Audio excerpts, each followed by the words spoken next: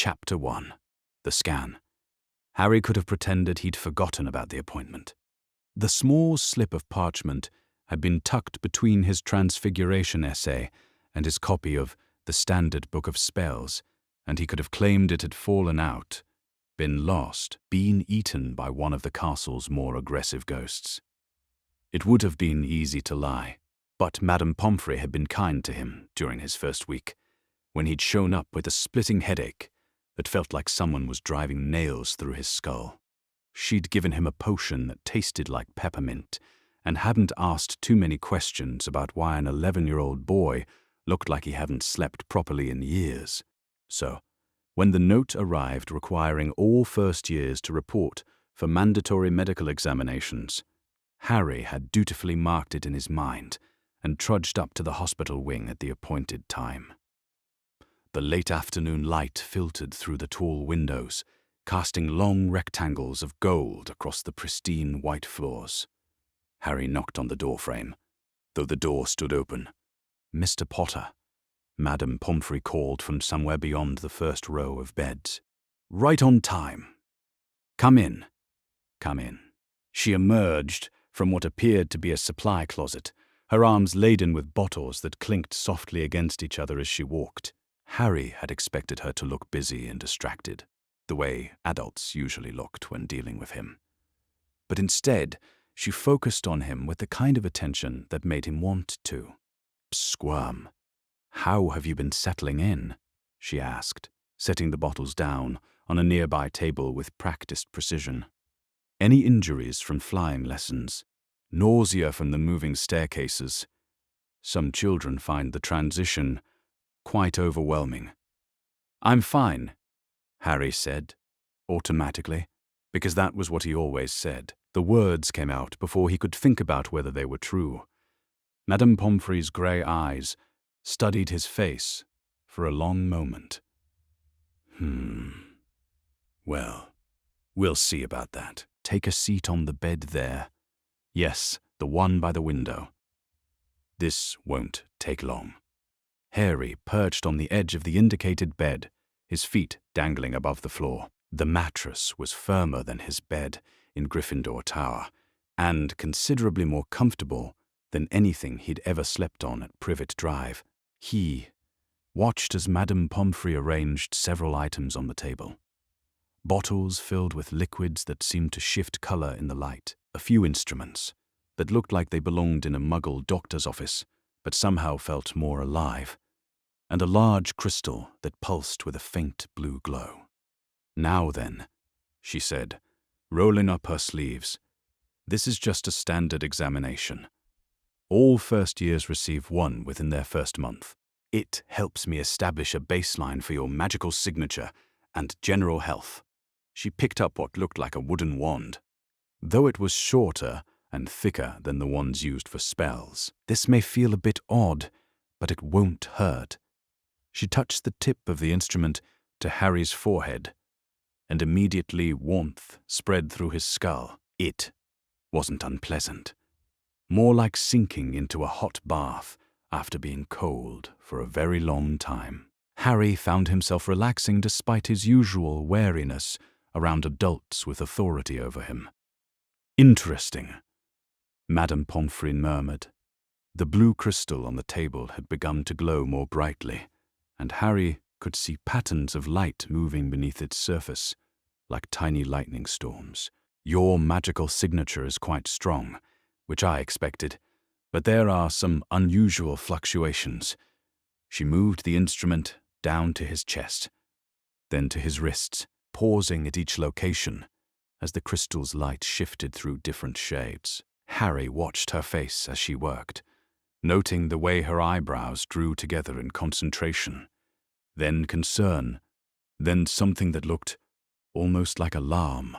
"Mr. Potter," she said carefully, not looking up from the crystal, "I need you to remain very still for a moment. I'm going to try a more comprehensive scan." She set down the first instrument and picked up another. This one looked like a silver tuning fork crossed with a compass. When she held it over Harry's head, it began to vibrate with a low humming sound that seemed to resonate in his bones.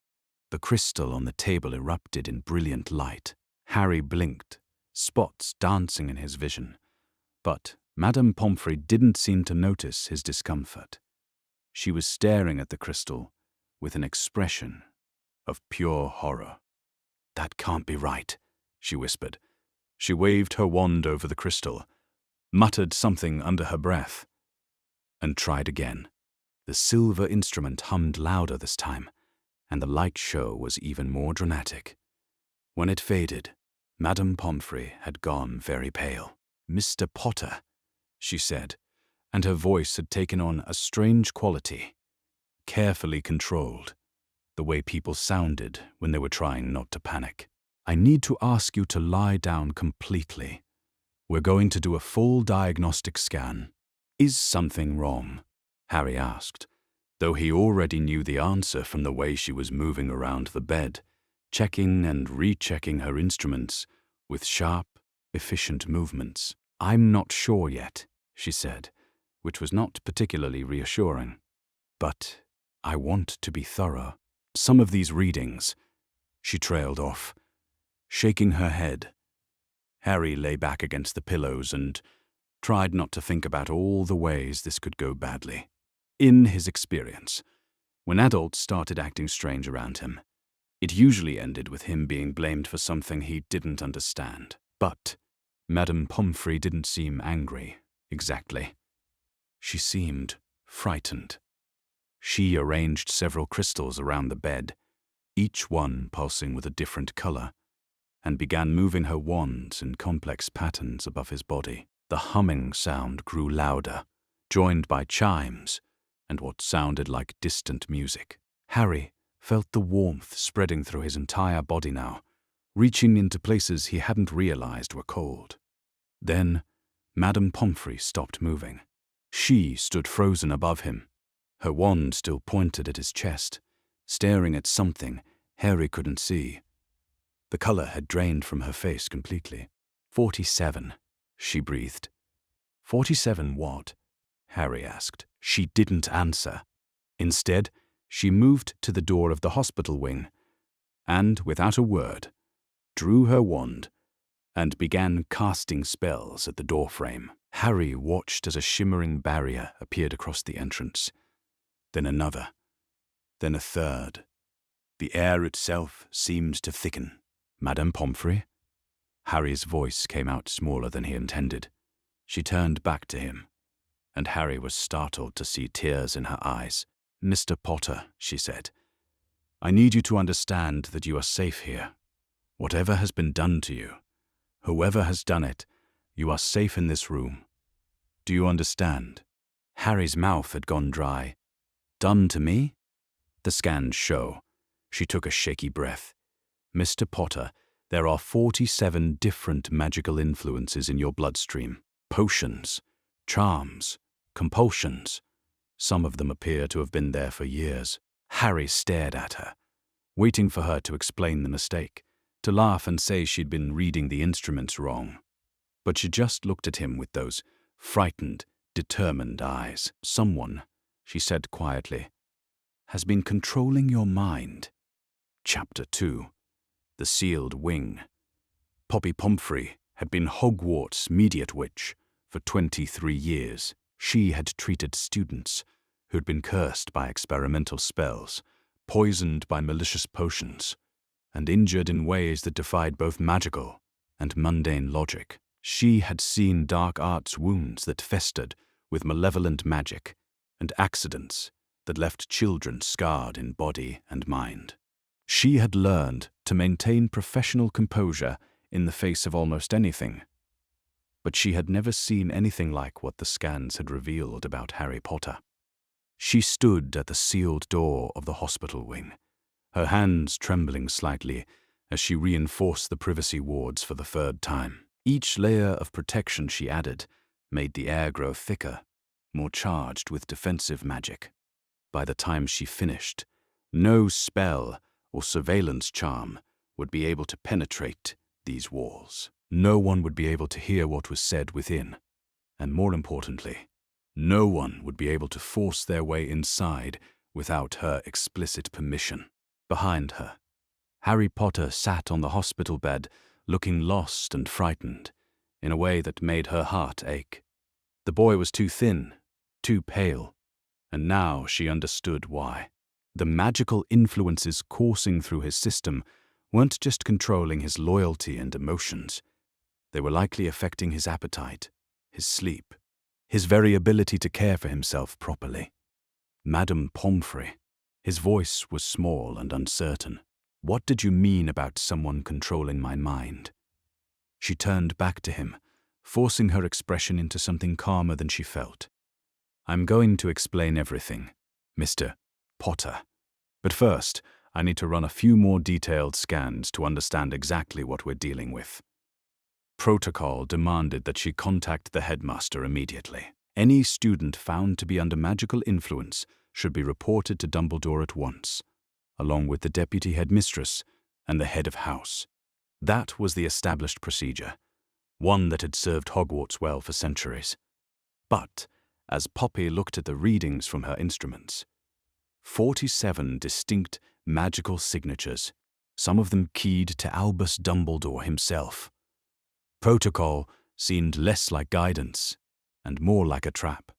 She moved back to the crystal array surrounding Harry's bed, her mind racing. If Dumbledore was involved in this, reporting to him would be like handing a victim back to their abuser.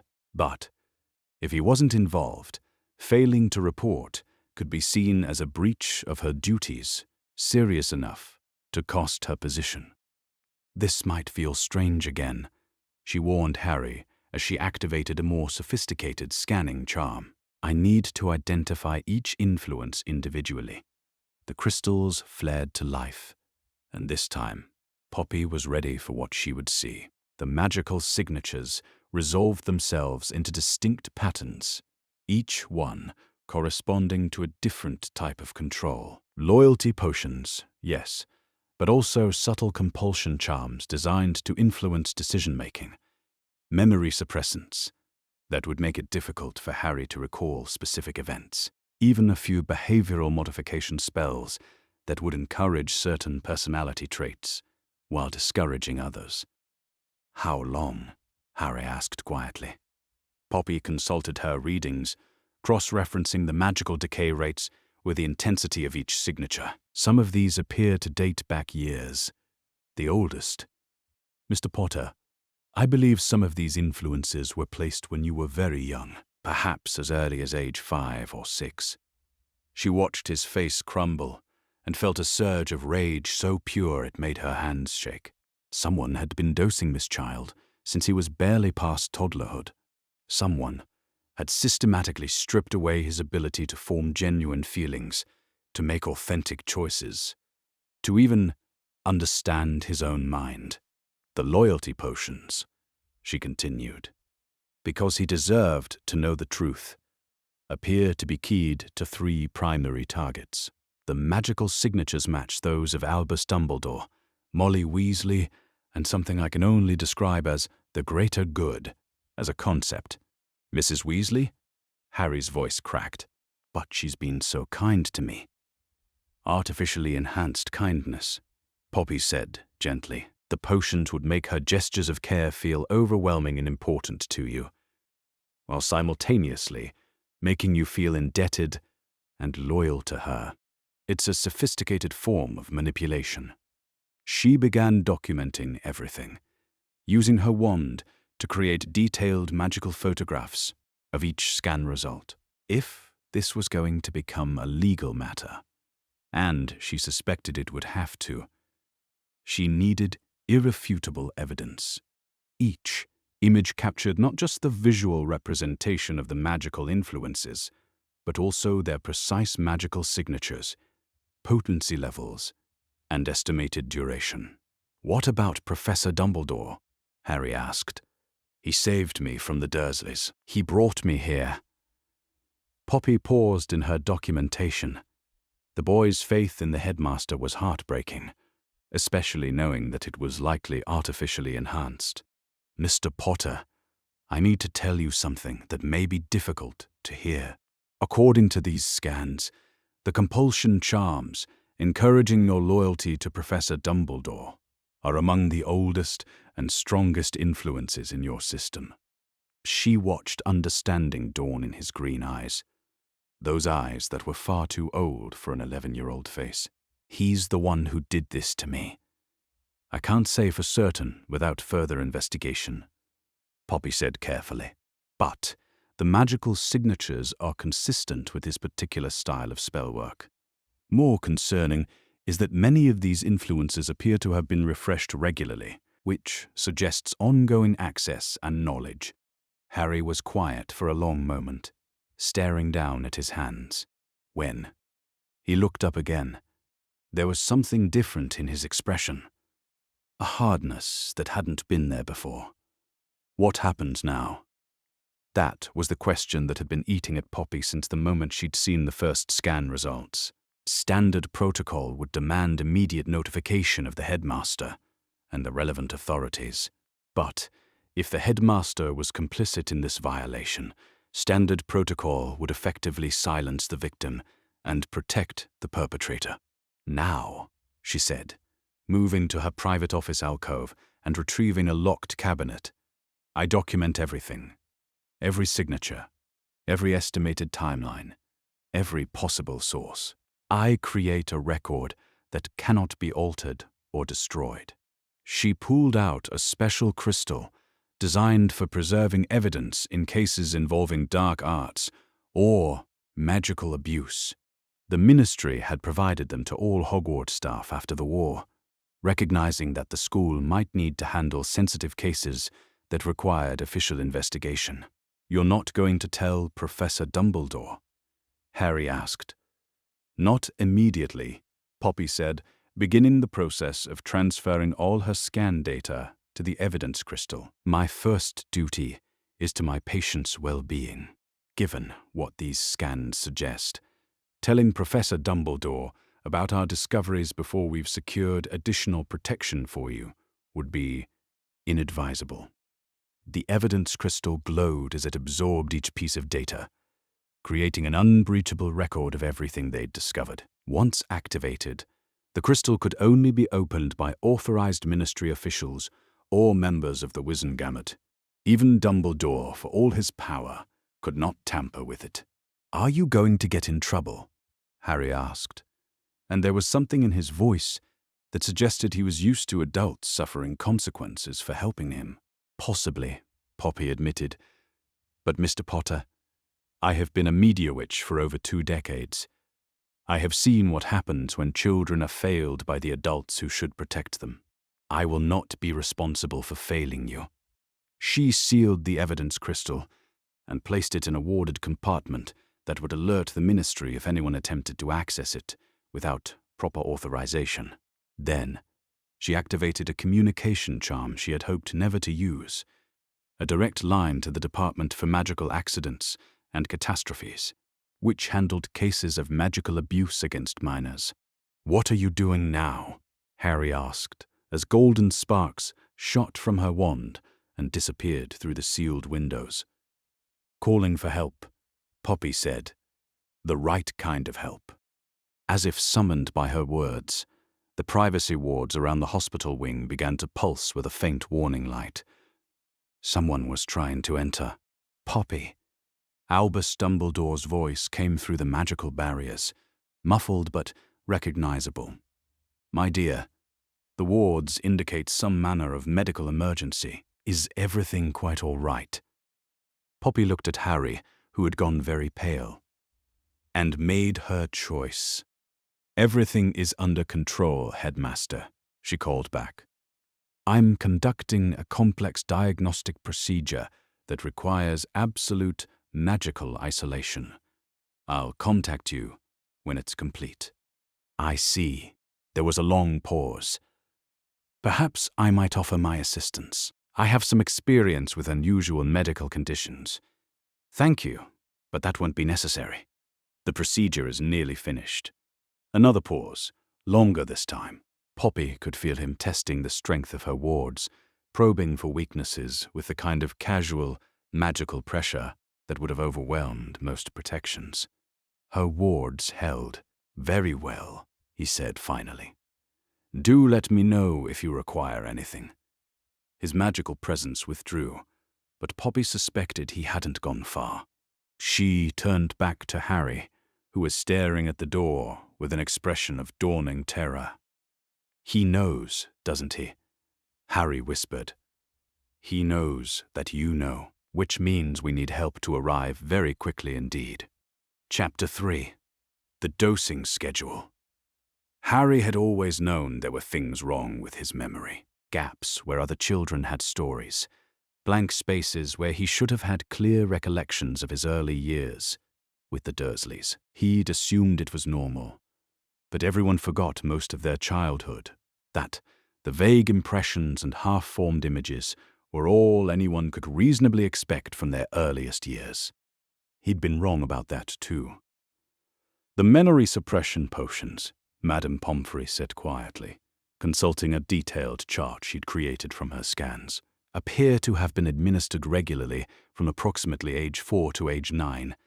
They're designed to prevent the formation of clear, coherent memories while leaving emotional impressions intact."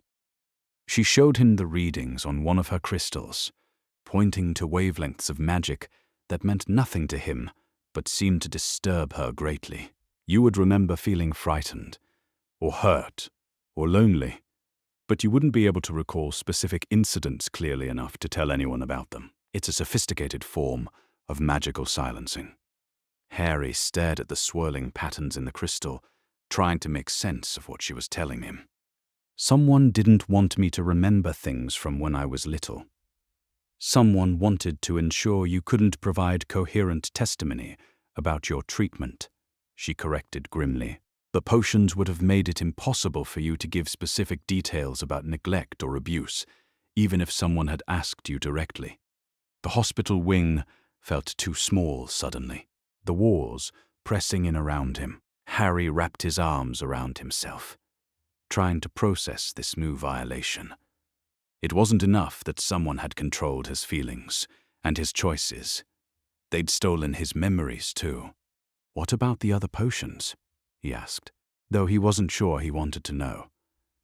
Madame Pomfrey's expression softened with something that might have been pity. "The loyalty potions are the most extensive part of the regime.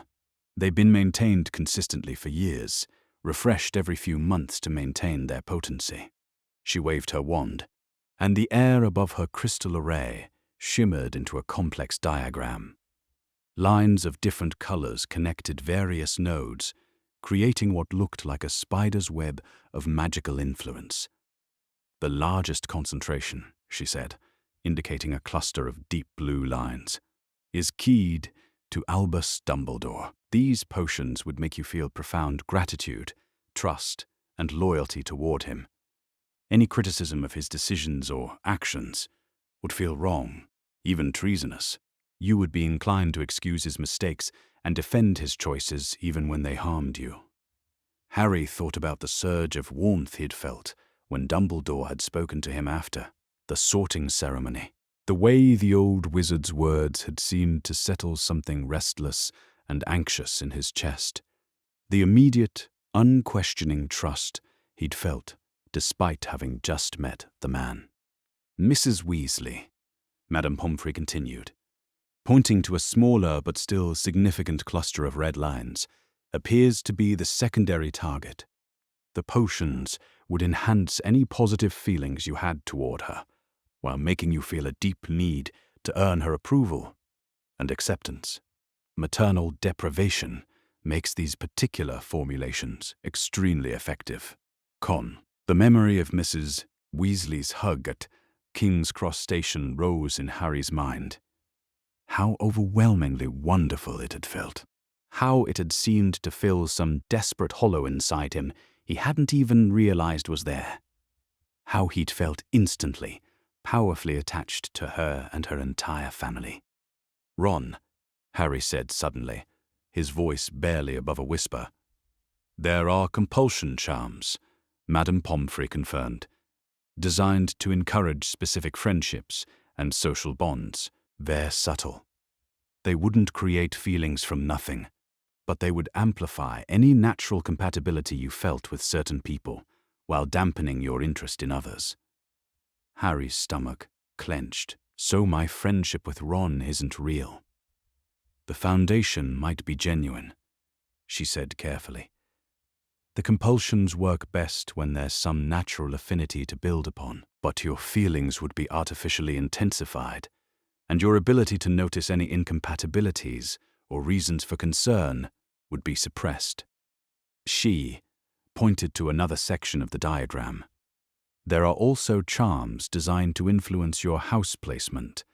They would have made Gryffindor feel like the right choice, the only choice, while making other houses seem wrong or frightening. The sorting hat, Harry said, remembering how Slytherin had felt like a dark, dangerous option, despite the hat's suggestion that he could do well there. It wanted to put me in Slytherin, but I asked not to go there. You asked because the compulsions made anything other than Gryffindor feel unacceptable, she explained. Your choice wasn't really yours at all. Harry buried his face in his hands. Every decision he thought he'd made, every feeling he'd believed was his own. How much of it was real? How much of it was just someone else's plan playing out exactly as they'd intended? The most disturbing element, Madame Pomfrey continued, is something I've never encountered before. There are potions keyed not to a specific person, but to a concept. The magical signature reads as loyalty to the greater good, as an abstract ideal. She showed him another part of the diagram, where golden threads connected various nodes. These would make you willing to sacrifice yourself for what you perceived as the greater good, even if that sacrifice was unnecessary or manipulated. They would override your natural self-preservation instincts and make martyrdom feel noble and necessary. Harry felt something cold and terrible settling in his chest. Someone wants me to die for them. Someone wants you to be willing to die, she corrected quietly. When the time comes, they want to ensure you won't fight to survive or look for alternatives. They want you to walk to your death willingly, believing it's the right thing to do. Harry gripped the edges of the hospital bed, trying to anchor himself to something solid, as the implications crashed over him. Someone had been planning his death since he was a small child. They'd shaped his mind and his feelings to ensure he would cooperate in his own destruction. Who would do this? He whispered. Someone with extraordinary magical skill, Madame Pomfrey said. Someone with regular access to you over many years. Someone who understands advanced potion work and mind magic. She paused.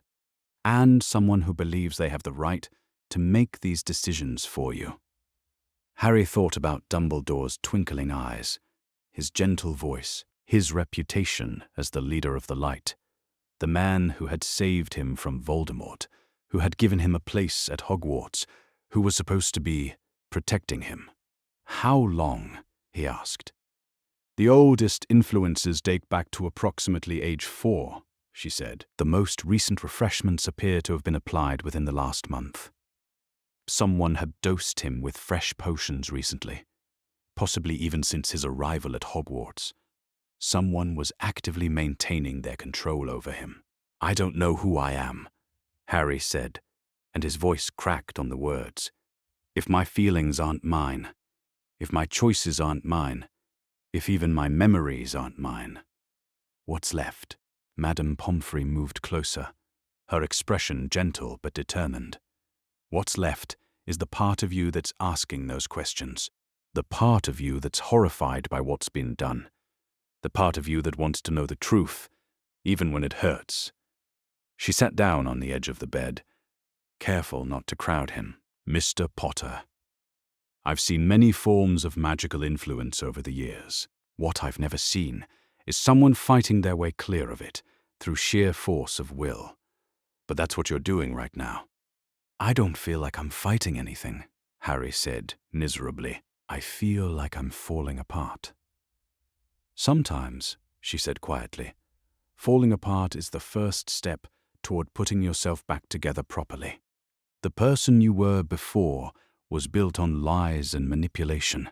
The person you become now will be built on truth and choice. Harry looked up at her, this woman who had risked her career and possibly her safety to help him. What if I don't like who I really am? What if the real me is someone terrible? Then that will be your choice to make, she said. But Mr. Potter, I've been watching you for the past hour as you've learned these terrible things about what's been done to you. You haven't lashed out in anger. You haven't blamed the other victims of this manipulation. You've been more concerned about whether your friendships are genuine than about what this means for your own safety. She smiled, and it was the first genuinely warm smile anyone had given him since this nightmare began. I rather suspect the real you is someone worth knowing. A soft chime sounded from one of her instruments, and her expression grew serious again. That's the communication charm. Help is coming, Mr. Potter. People who can ensure your safety, while we determine the full scope of what's been done to you. Harry nodded. Though he wasn't sure he believed that anyone could keep him safe from someone with Dumbledore's power and influence. Still, for the first time in his life, an adult was treating him like his thoughts and feelings mattered. For the first time in his life, someone was asking what he wanted instead of telling him what he needed. It wasn't much, but it was a start. Chapter 4. The Protocol Breach. Poppy Pomfrey had never violated ministry protocol in her 23 years as a mediate witch. She had followed proper channels, filed appropriate reports, and maintained the professional boundaries that allowed Hogwarts to operate with relative autonomy from external oversight. She had been, by all measures, exactly the sort of reliable institutional employee that magical Britain depended upon. She was about to destroy that reputation entirely. The golden sparks from her emergency communication charm had disappeared through the hospital wing's windows nearly an hour ago. By now, her message would have reached the Department for Magical Accidents and Catastrophes, been reviewed by duty officers, and escalated to the appropriate authorities. The fact that no response had come yet suggested they were taking her claims seriously enough to investigate before responding. Or they were deciding whether to believe her at all. Madame Pomfrey. Harry's voice was small and uncertain from his bed. What happens if they don't believe you? She looked at the boy, too thin, too pale, too accustomed to disappointment, and felt her resolve harden further. Then I will make them believe me. The evidence speaks for itself. The crystal array around his bed continued to pulse with the magical signatures of his contamination. 47 different influences, layered like sediment over years of systematic abuse.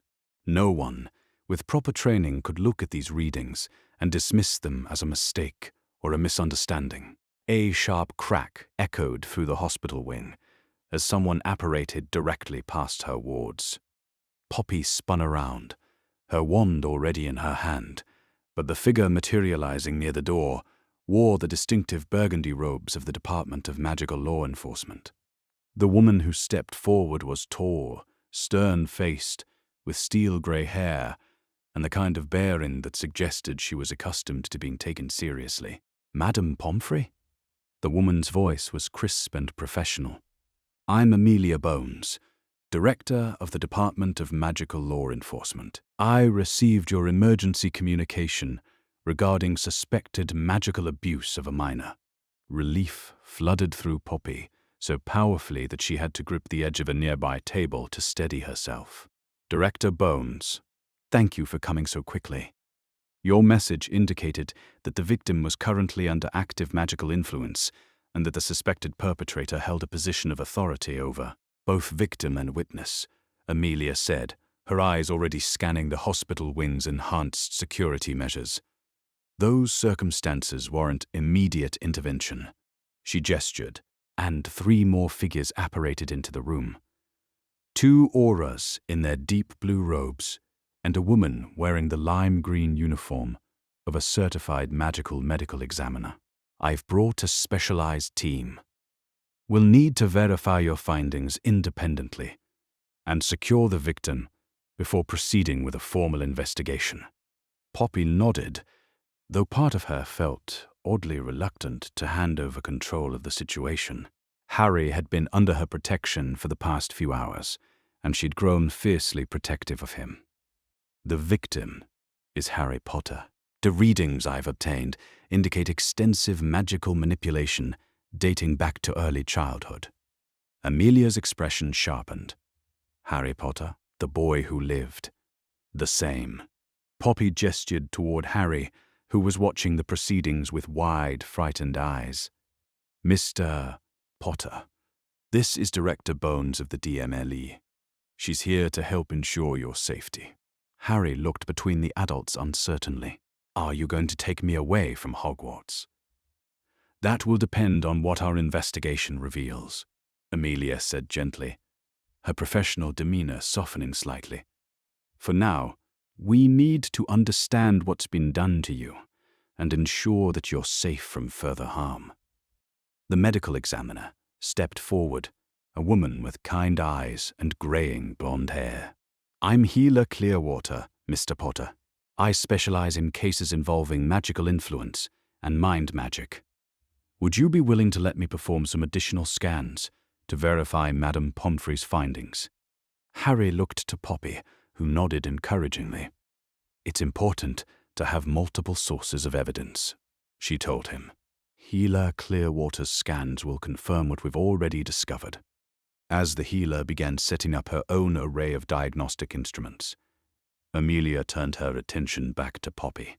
I'll need your full testimony about your discoveries, including detailed documentation of your scan results and the timeline of your investigation. Of course, Poppy activated the evidence crystal she'd prepared earlier, its surface glowing with stored magical data. I've preserved complete records of all scan results, magical signatures, and estimated timelines. The evidence clearly shows systematic magical manipulation spanning approximately 7 years. Amelia accepted the crystal with careful hands, her expression growing grimmer as she briefly accessed its contents. These readings are extraordinary. The complexity of the magical influences alone suggests someone with advanced training in both potion work and mind magic. The signatures are consistent with the magical style of Albus Dumbledore, Poppy said quietly. The room went very still. Even Healer Clearwater paused in her preparations to look up sharply. That's a serious accusation, one of the aurors said. It's an accurate observation, Poppy replied firmly. I've worked alongside Professor Dumbledore for over 2 decades. I'm familiar with his magical signature, and these influences bear unmistakable markers of his spellwork. Amelia studied the crystal's readings more carefully. You're certain of this identification? As certain as magical analysis allows, Poppy confirmed. Additionally, many of these influences appear to have been refreshed within the past month, suggesting ongoing access and maintenance. Director Bones, Healer Clearwater, called from beside Harry's bed. I'm seeing the same readings Madame Pomfrey documented. 47 distinct magical influences, including loyalty potions, compulsion charms, memory suppressants, and behavioral modification spells. The magical signatures are indeed consistent with advanced spellwork, and the timeline spans years of systematic application. Amelia's jaw tightened. Mr. Potter, I need to ask you some questions about your experiences. I know this is difficult, but we need to understand the full scope of what's been done to you. Harry nodded reluctantly.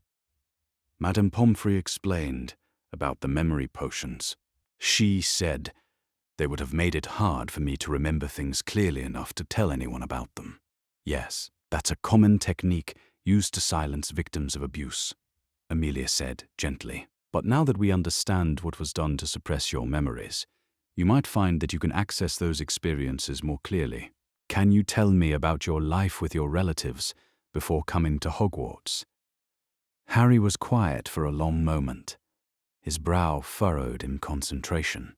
When he spoke, his voice was hesitant, but clearer than it had been when discussing his childhood earlier.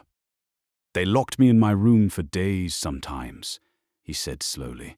When I was smaller, they used to lock me in the cupboard under the stairs. That was my room until just before my letter came. He paused, seeming surprised at how easily the words were coming now. They told everyone I went to St. Brutus's secure center for incurably criminal boys. Uncle Vernon used to joke that maybe someday it would be true. Did they provide adequate food and clothing? Amelia asked. No. Harry's voice grew stronger as the suppressed memories surfaced. I wore Dudley's old clothes, always too big. They gave me smaller portions than anyone else, and sometimes no food at all when I'd done something they considered freakish. I was always hungry. Poppy felt tears pricking her eyes as she listened to Harry's testimony.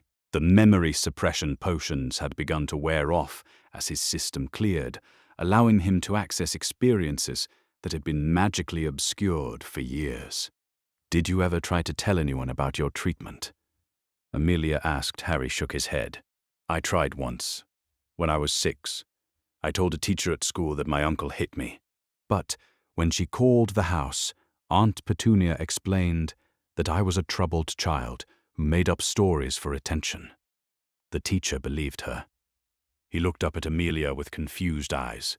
I never tried to run away, though, even when things were really bad. I thought about it sometimes, but it always felt wrong, like I was supposed to stay. The compulsion charms, Poppy said quietly. They would have made leaving feel impossible, even when staying meant continued abuse. Someone wanted to ensure you remained in that environment, Amelia said, her voice carefully controlled. The magical influences would have prevented you from seeking help or escaping, while the memory suppression would have made it impossible for you to provide coherent testimony if anyone had investigated. She turned to one of the aurors. I want protective custody protocols activated immediately. Mr. Potter is not to leave this room without DNLE escort, and no one else is to have access to him without my explicit authorization. What about Professor Dumbledore? The auror asked. He'll expect to be informed about any official ministry presence at Hogwarts. Professor Dumbledore is not to be informed of this investigation, Amelia said firmly. Given the evidence suggesting his involvement in these crimes, he is to be treated as a suspect, not as a cooperative colleague. The auror's eyes widened. Director, are you certain? Dumbledore's reputation is irrelevant to the evidence. Amelia cut him off. We follow the facts, regardless of who they implicate. Is that understood? Yes, ma'am. Amelia turned back to Harry, her expression softening again. Mr. Potter, I know this is overwhelming, but I need you to understand that you are now under official ministry protection. No, one can force you to go anywhere or do anything without proper legal authorization. You have rights that have been violated, and we're going to ensure they're protected going forward. Harry nodded, though he still looked uncertain. What happens now?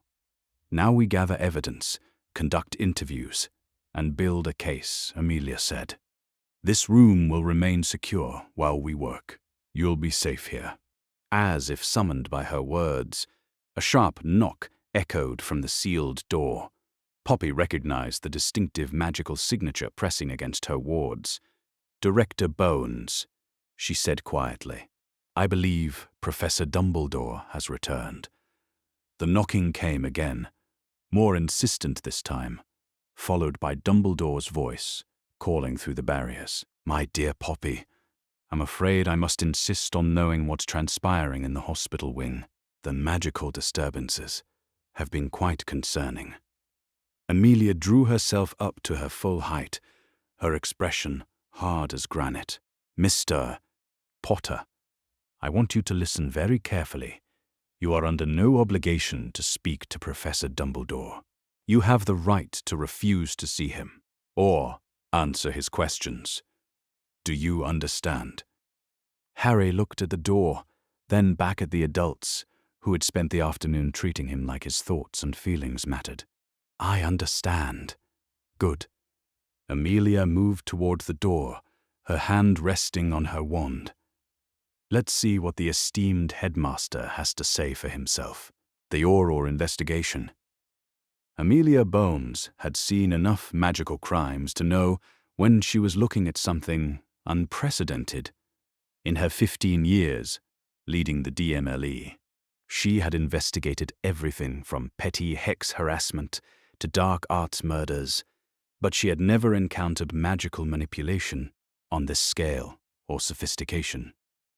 Healer Clearwater's independent scans confirmed every detail of Madame Pomfrey's findings.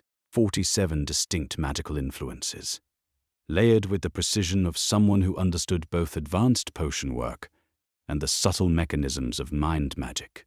The evidence was irrefutable. Director, Senior Auror Dawlish, approached with a grim expression. "We've completed the preliminary evidence sweep. The magical signatures are consistent throughout. Whoever did this has been maintaining these influences with remarkable precision over multiple years." "Any indication of the delivery methods?" Amelia asked, studying the detailed breakdown Healer Clearwater had provided. "Most of the potions would need to be administered orally," Clearwater interjected. "The loyalty potions and memory suppressants require regular dosing, probably monthly. The compulsion charms could be applied directly, but would need refreshing every few months to maintain their strength." Amelia nodded grimly. Someone had been dosing Harry Potter regularly for years, which meant they'd had consistent access to his food, drink, or person. "We need to interview anyone who might have had the opportunity to administer these substances."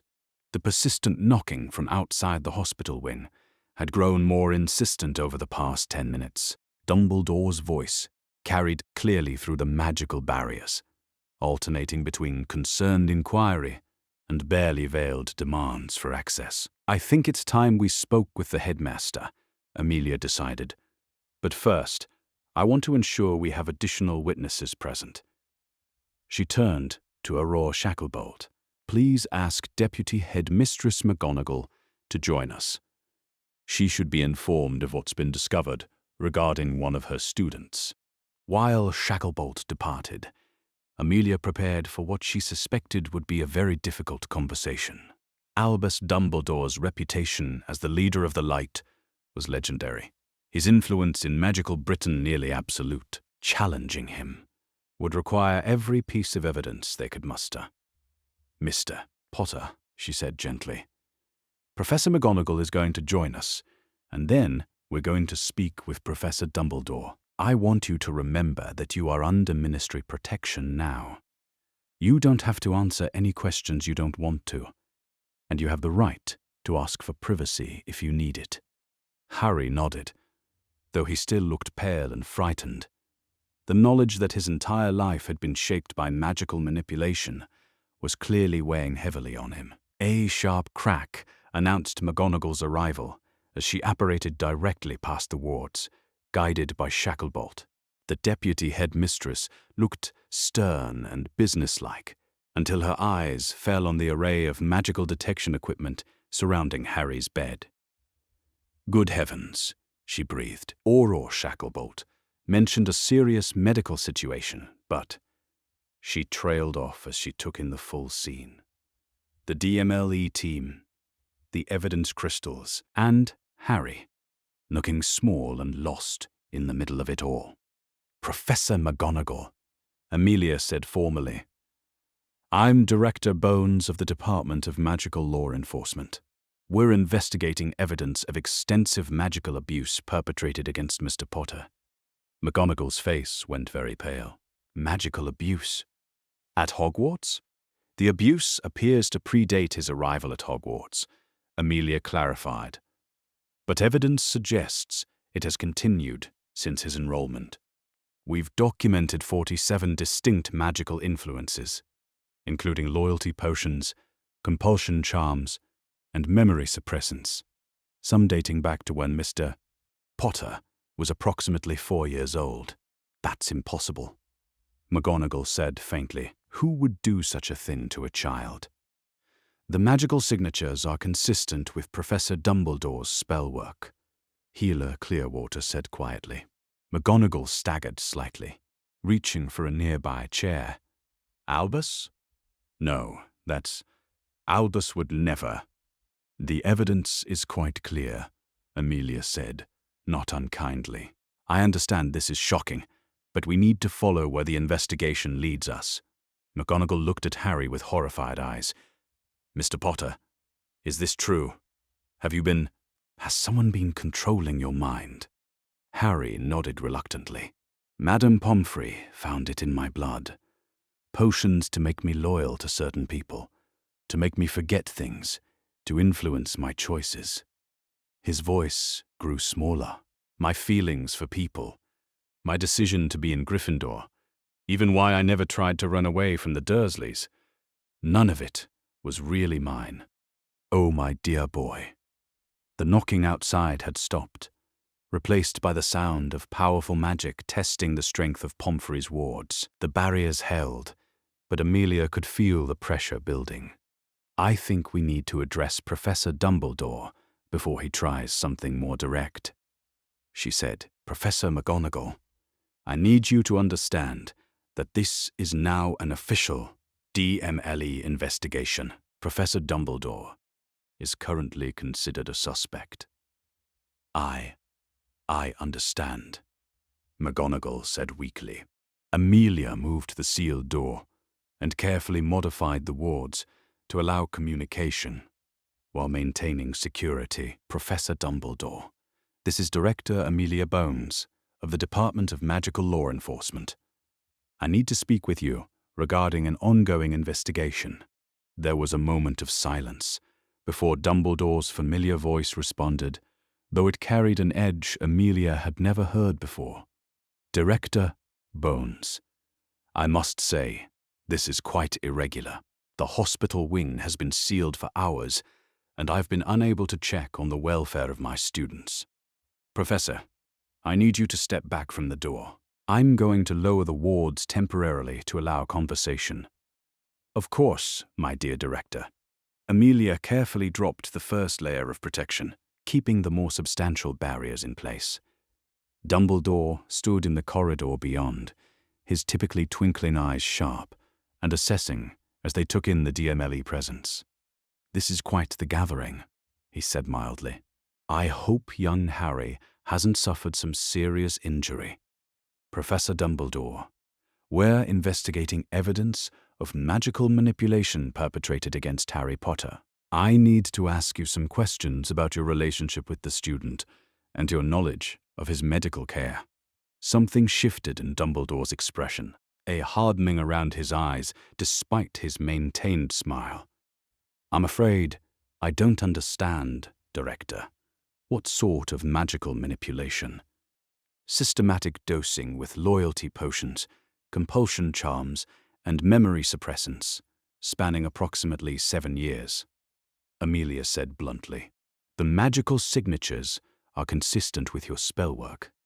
My dear Director, Dumbledore said, his voice taking on a lecturing tone. I'm afraid there's been some terrible misunderstanding. The scans must have detected the protective magic I've placed around young Harry to keep him safe from Voldemort's followers. The magic is quite complex and could easily be misinterpreted by someone unfamiliar with its intricacies. Professor Healer Clearwater interrupted.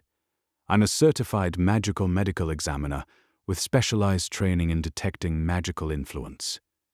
These are not protective charms. They are clear indicators of mind control and magical abuse.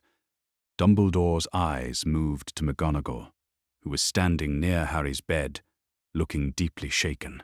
Minerva, surely you don't believe I would harm one of our students. McGonagall looked between Dumbledore and Harry, her internal conflict clear on her face. "Albus, the evidence. Evidence can be misinterpreted," Dumbledore said gently. "Harry, my boy, you must understand that everything I've done has been for your protection. Sometimes that protection requires magic that others might not understand. And Mr. Potter is not required to speak with you," Amelia said firmly. "He is under ministry protection and has the right to refuse questioning." For the first time, genuine anger flashed across Dumbledore's features. "Director Bones, I appreciate your concern, but Harry Potter is a student of this school under my care and protection. This matter should be handled internally, not through ministry interference. This matter involves criminal charges of magical abuse against a minor," Amelia replied coldly. "It is very much a ministry concern." "I see." Dumbledore stepped closer to the door, and Amelia felt the pressure of his magical aura pressing against her wards. "And if I were to insist that, as headmaster of Hogwarts, I have the right to access any student on these grounds, then I would remind you that DNLE authority supersedes school administration in cases of suspected criminal activity," Amelia said, her hand moving to rest on her wand. "I would also remind you that attempting to interfere with an official investigation is itself a serious offense." The two powerful wizards faced each other across the magical barrier, and the air in the corridor seemed to thicken with tension. Behind Amelia, she could hear Harry's breathing become rapid and shallow. "Albus," McGonagall said quietly, "perhaps it would be best if you allowed the investigation to proceed. If this is all a misunderstanding, it will be resolved quickly enough." Dumbledore's eyes moved to McGonagall, and something cold passed between them. "I see. Very well, Director Bones. I will not interfere with your investigation. However, I must insist that I be kept informed of any developments regarding one of my students." "You'll be informed as appropriate to the investigation," Amelia replied neutrally. Dumbledore inclined his head slightly. "Then I shall leave you to your work, though I do hope, Harry, that you'll remember who has truly had your best interests at heart all these years." With that, he turned and walked away, his footsteps echoing down the corridor with unusual sharpness. "Director," Auror Dawlish said quietly, "should we place him under surveillance?" "Yes," Amelia said, "discreet surveillance. I want to know where he goes and who he speaks with." She turned back to the room, where McGonagall was looking deeply troubled. "Professor McGonagall, I need to ask about the house elves. Would they have had access to Mr. Potter's food during his time here?" McGonagall nodded slowly. "The kitchen elves prepare all meals and could certainly have added substances to specific portions, but they're bound by magic to obey the headmaster's orders, which means if Professor Dumbledore ordered them to dose Mr. Potter's food, they would have no choice but to comply." Amelia finished grimly. "We'll need to interview them." "They'll be terrified," McGonagall warned. "House elves are not accustomed to being questioned by authorities." "We'll be gentle," Amelia promised. "But we need to understand how these potions were administered." She looked around the room at the evidence they'd gathered, the professional team working to document everything, and the pale, frightened boy at the center of it all. This investigation was far from over, but they'd taken the first crucial step. They'd challenged Albus Dumbledore's authority and lived to tell about it. Chapter 6. The Weasley Connection. Arthur Weasley had been having a perfectly ordinary evening at the Ministry, cataloguing a collection of illegally modified Muggle artifacts when the emergency flu call came through. Director Bones herself, requesting his immediate presence at Hogwarts for an urgent DMLE matter involving his family. His first thought had been of his children. Ron settling into his first year, the twins inevitably causing some manner of chaos. Perhaps they'd pulled a prank that had gone too far, or Ron had gotten into trouble trying to prove himself. Arthur had flewed to Hogwarts with mild concern and the beginnings of a lecture about responsible behavior. He had not expected to find himself sitting in the hospital wing at 10:30 at night, staring at magical evidence that his wife of 13 years had been systematically poisoning Harry Potter. "I understand this is difficult, Mr. Weasley," Director Bones said gently, though her eyes remained professionally sharp. "But the evidence is quite clear. The loyalty potions found in Mr. Potter's system contain magical signatures that match your wife's brewing style, and the timing corresponds with his visits to your home." Arthur looked at the crystal array displaying the analysis results, each glowing node representing another violation of everything he believed about his wife's character. The magical signatures were unmistakable. Molly's particular technique for stabilizing complex potions, the way she layered protective charms into her brewing process. He'd watched her work for years, had helped her organize her potions supplies, had been proud of her skill with domestic magic.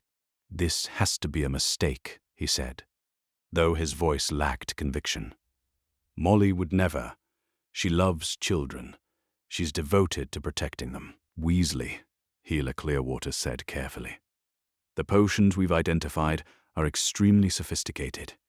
They would require years of practice and considerable skill to brew successfully. This isn't something that could be done accidentally or by someone unfamiliar with advanced potion work." Arthur felt something cold settle in his chest as he remembered Molly's recent behavior.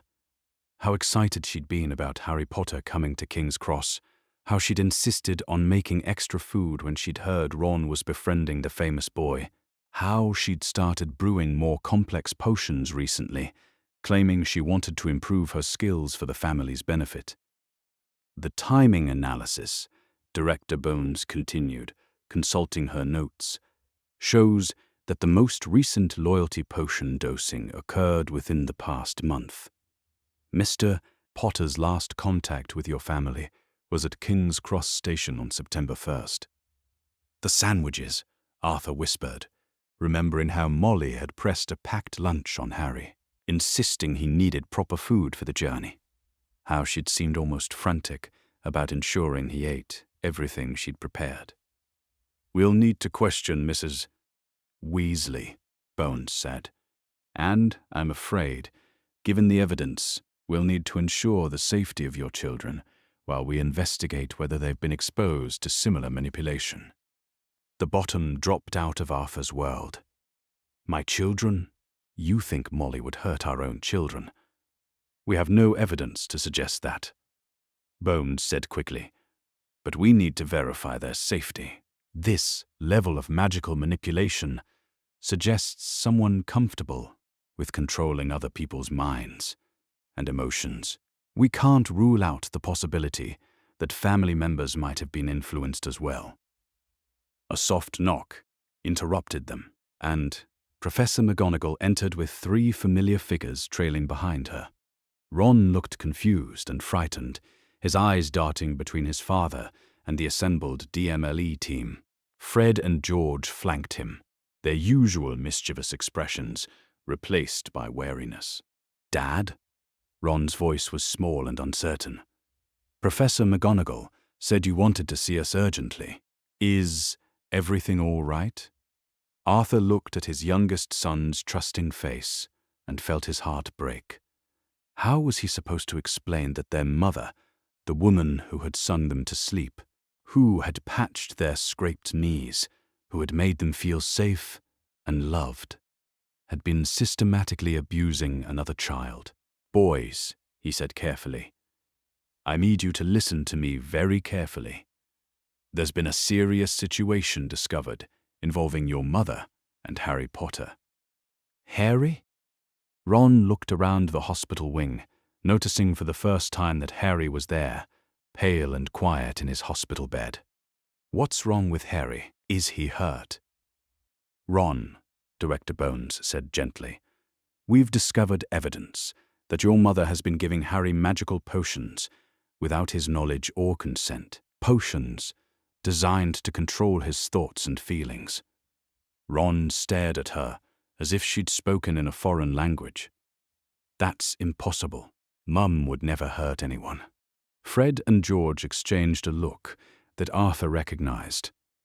The expression they got when they were trying to figure out if someone was playing an elaborate prank on them.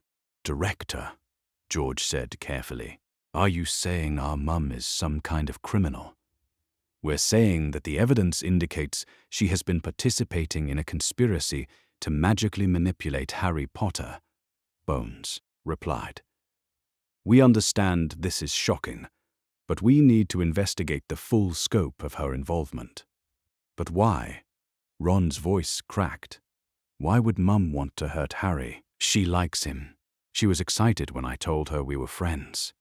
Arthur closed his eyes, understanding beginning to dawn. "She wasn't hurting him, son. She thought she was helping him. Molly's always believed that sometimes you have to make difficult choices to protect the people you love, even if they don't understand at the time. Protection that involves mind control isn't protection," Harry said quietly from his bed. It was the first time he'd spoken since Arthur had arrived, and his voice carried a maturity that was heartbreaking in an 11-year-old. "It's just another kind of abuse." Ron looked between Harry and his father, confusion and hurt warring in his expression. "I don't understand any of this." "None of us do, Ron," Arthur said softly. "But we're going to figure it out together." Director Bones stepped forward. "Mr. Weasley, we need to bring your wife in for questioning. And I'm afraid we'll need to place your children in protective custody until we can verify their safety." "Protective custody?" Fred's voice rose slightly. "You're arresting our mum and putting us in some kind of ministry home." "Not arresting yet," Bones corrected, questioning. "And you won't be going to a ministry facility. You'll stay with your father, but under DMLE supervision until we can complete medical scans to ensure you haven't been subjected to similar magical influence." Arthur felt the weight of responsibility settling on his shoulders. His children's world was about to be turned upside down, and he would be the only stable thing left for them to hold on to. "I'll need to go to the Burrow," he said quietly, "to speak with Molly before you arrest her."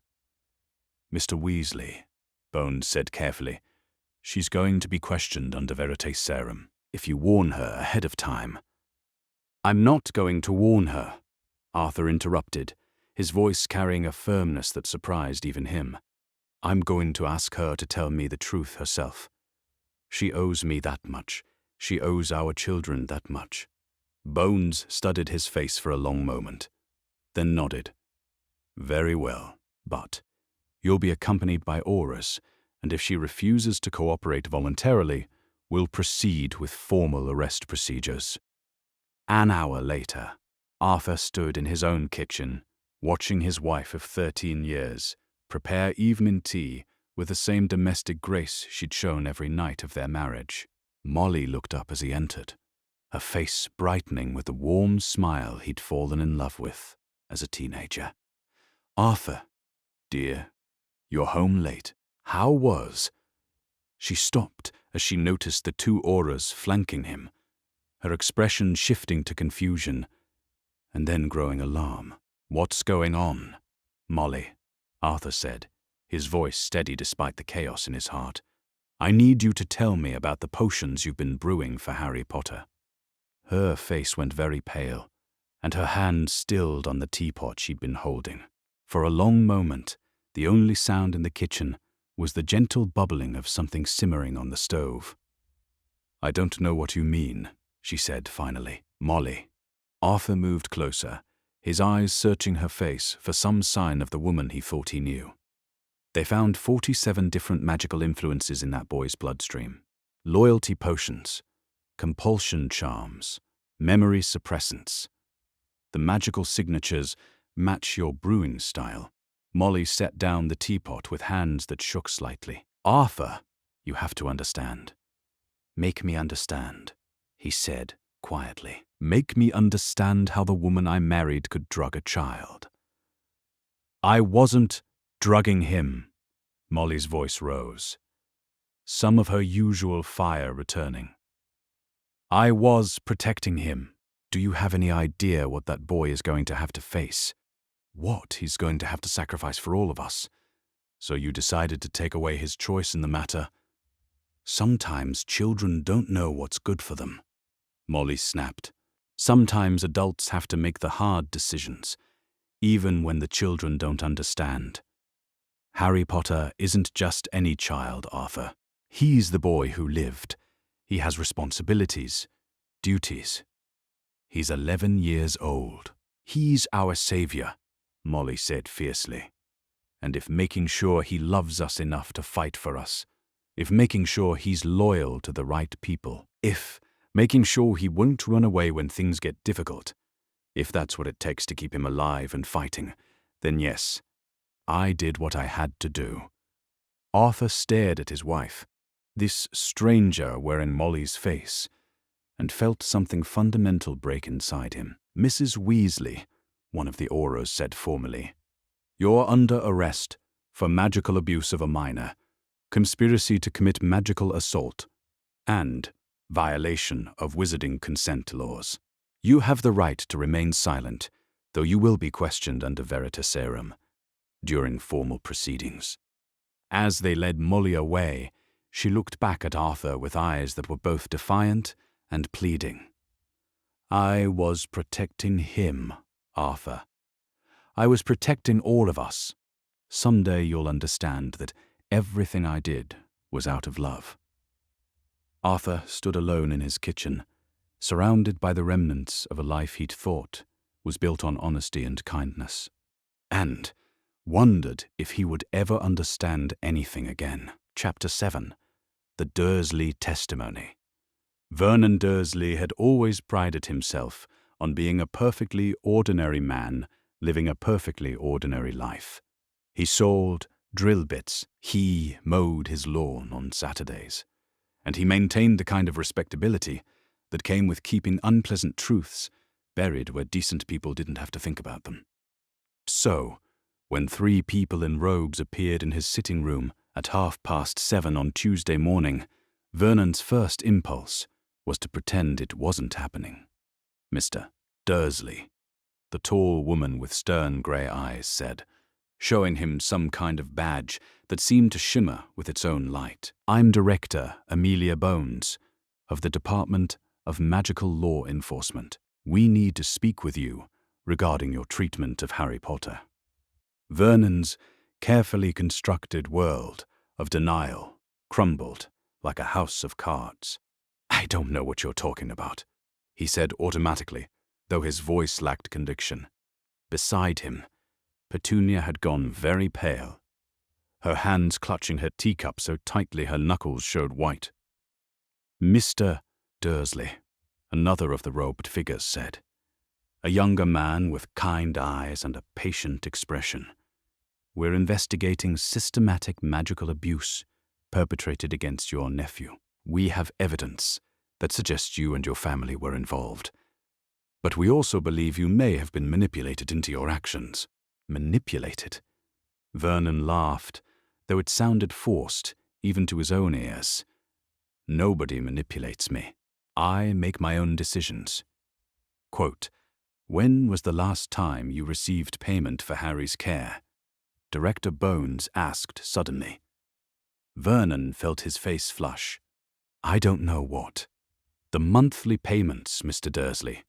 The ones that appeared in your account every month for caring for Harry Potter. When did they start? And how much were they for? Vernon stared at her, his mouth opening and closing like a fish.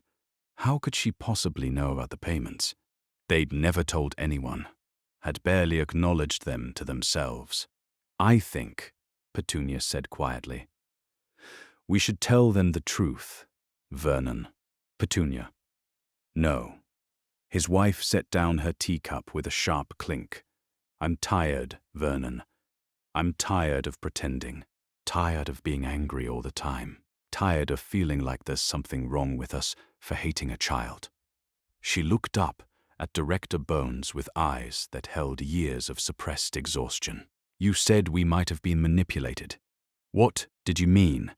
Director Bones exchanged a look with her colleagues before sitting down in Vernon's favorite armchair without permission. "Mrs. Dursley, we have evidence that your nephew was subjected to extensive magical manipulation designed to control his thoughts, feelings, and behavior. We believe the same person responsible for that manipulation also influenced your family's treatment of him." "Influenced how?" Vernon asked, though part of him was afraid to know the answer. "Magical compulsions, designed to enhance your existing resentments and fears," the kind-eyed man explained. "They wouldn't create feelings from nothing, but they would amplify negative emotions you already felt and make cruelty feel justified, even necessary." Vernon felt something shift in his chest, like a weight he'd been carrying for so long he'd forgotten what it felt like to breathe freely. "The payments," he said slowly. "They started arriving the month after we took Harry in. £500 every month, deposited directly into our account. No explanation, no paperwork, just money appearing." "And you never questioned it?" Director Bones asked. "At first we thought it was some kind of government support," Petunia said, "for taking in an orphaned child. But when we tried to ask about it, we found we couldn't bring ourselves to make the phone calls. It felt wrong somehow, like we weren't supposed to ask questions." Vernon nodded slowly, remembering. "Every time I thought about calling the bank or the government office, I'd feel this overwhelming sense that it was dangerous to know too much. That we should just accept the money and not draw attention to ourselves. Compulsion charms," the third auror said quietly, "designed to prevent you from investigating the source of the payments or discussing them with outside authorities. But the money made it easier," Vernon continued, the words coming faster now, as if a dam had burst. "Easier to resent him being there, easier to justify treating him like a burden instead of a child," Petunia finished. "The money made it feel like he was a job, not a nephew.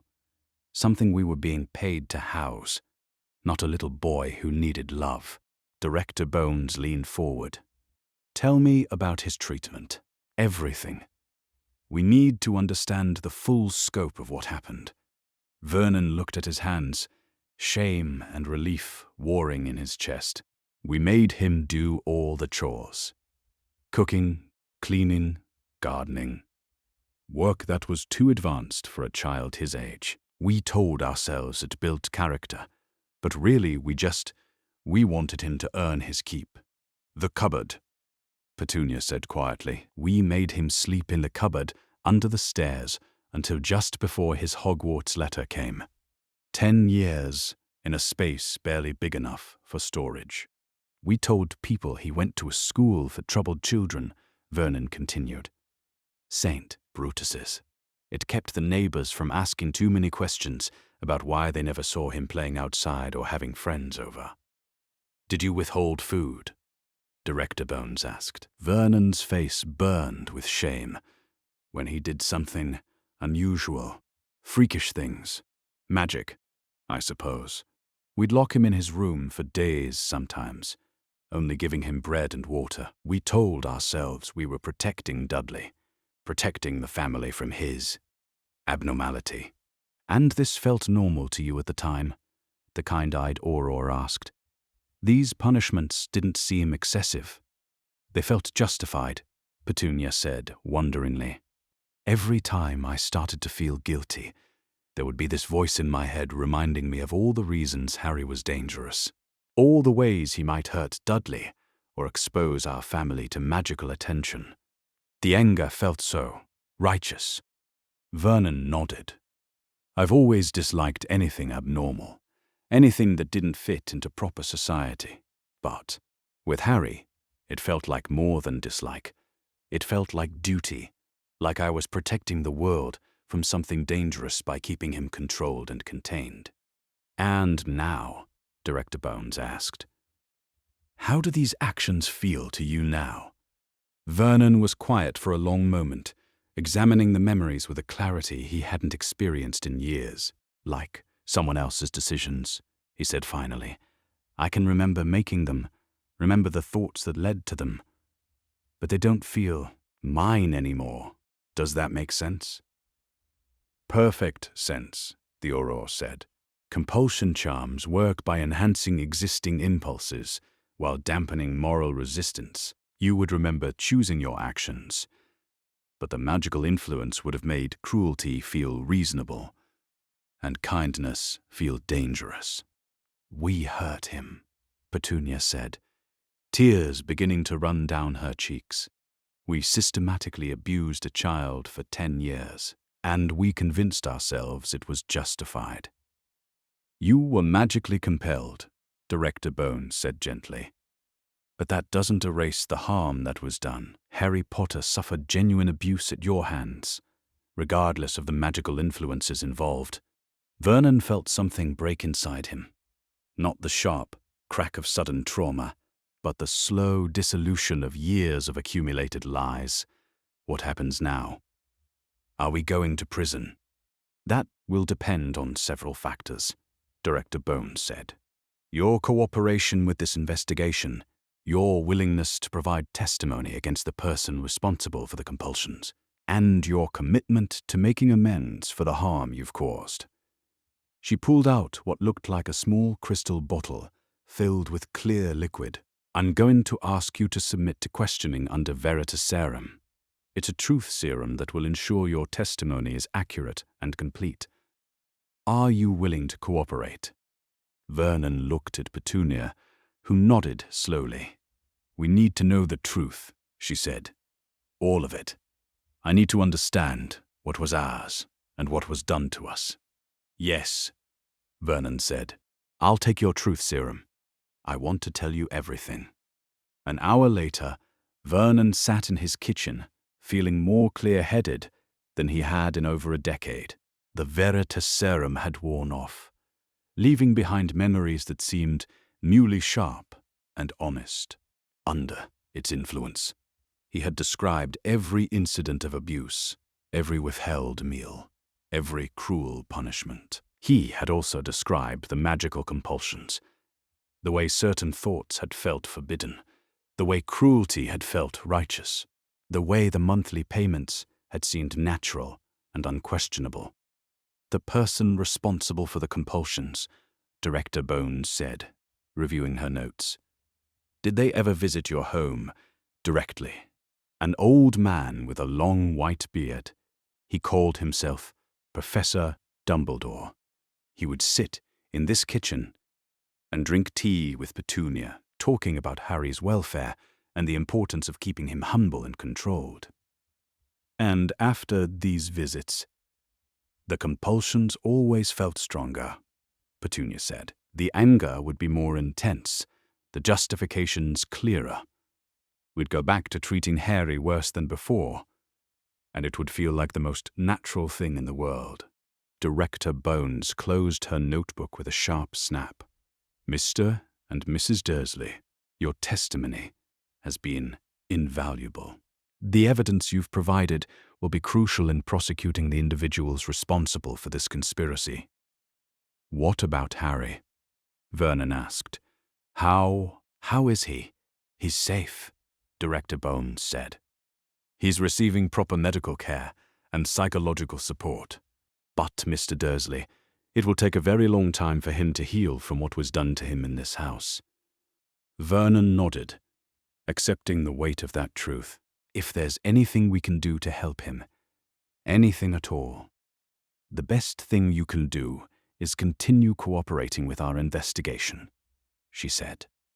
And perhaps, when he's ready, consider writing him a letter, not asking for forgiveness.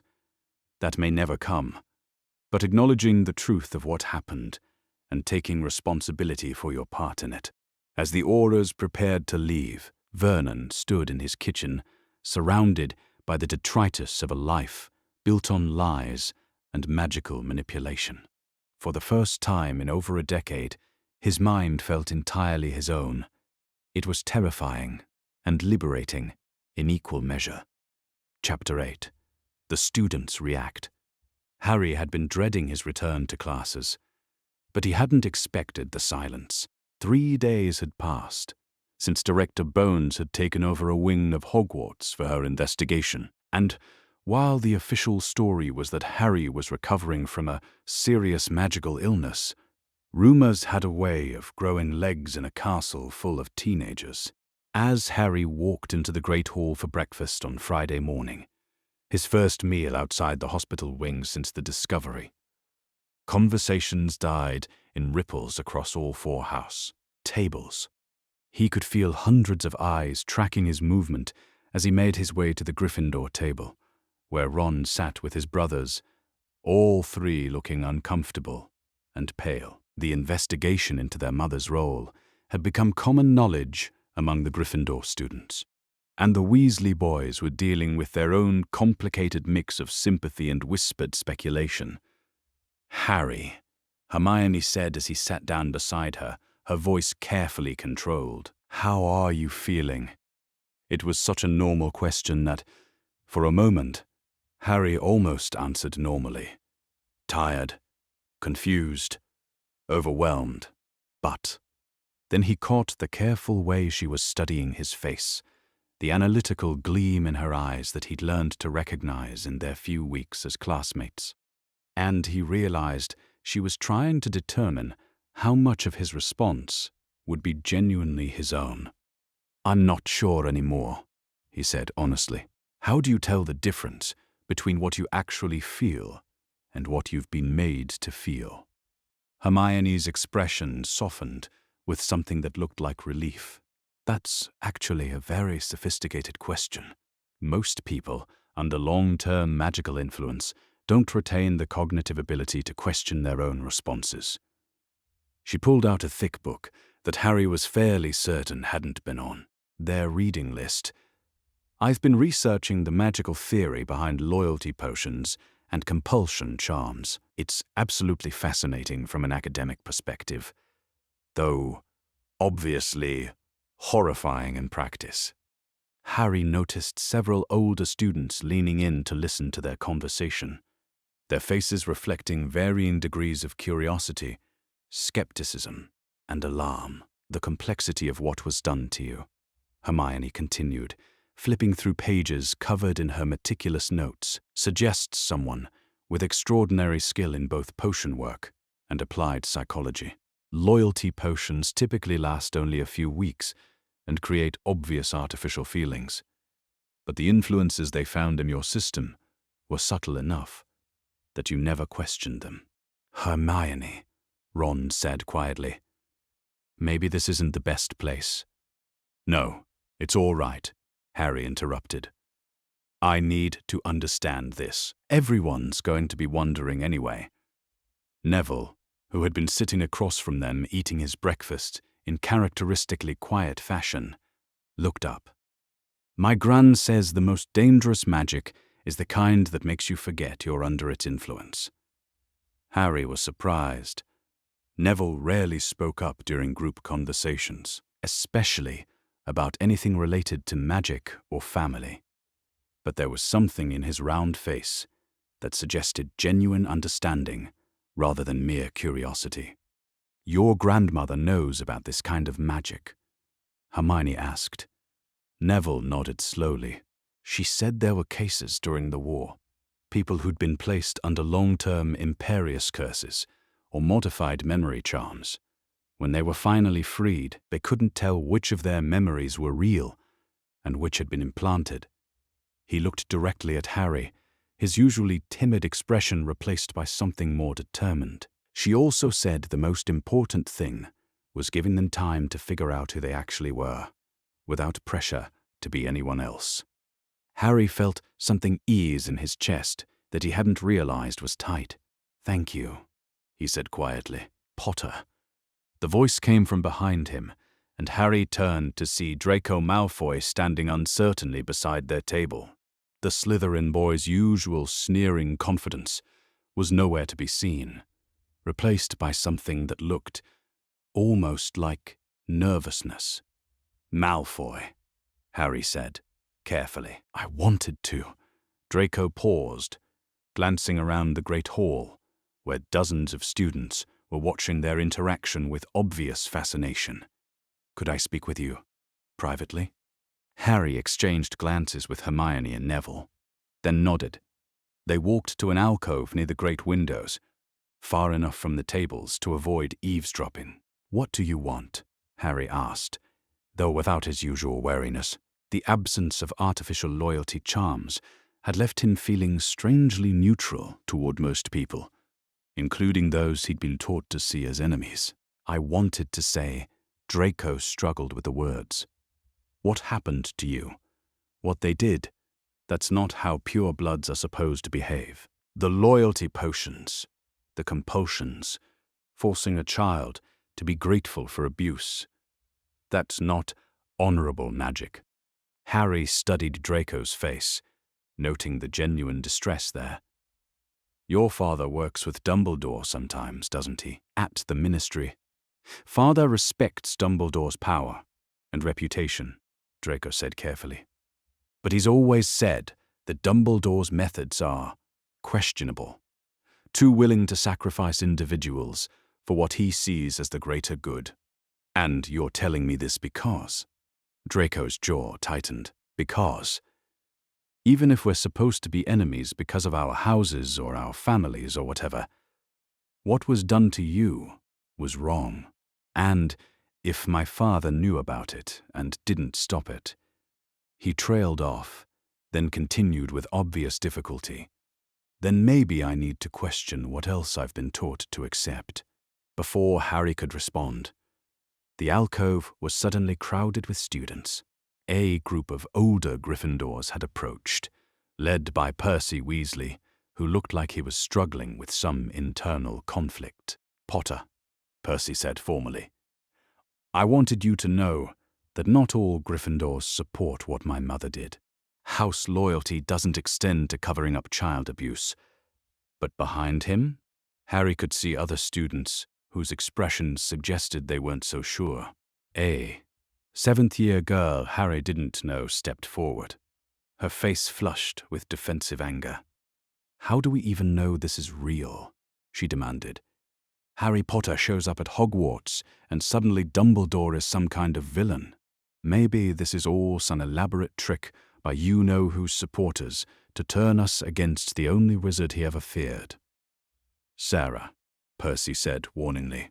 "No, I'm serious," the girl continued.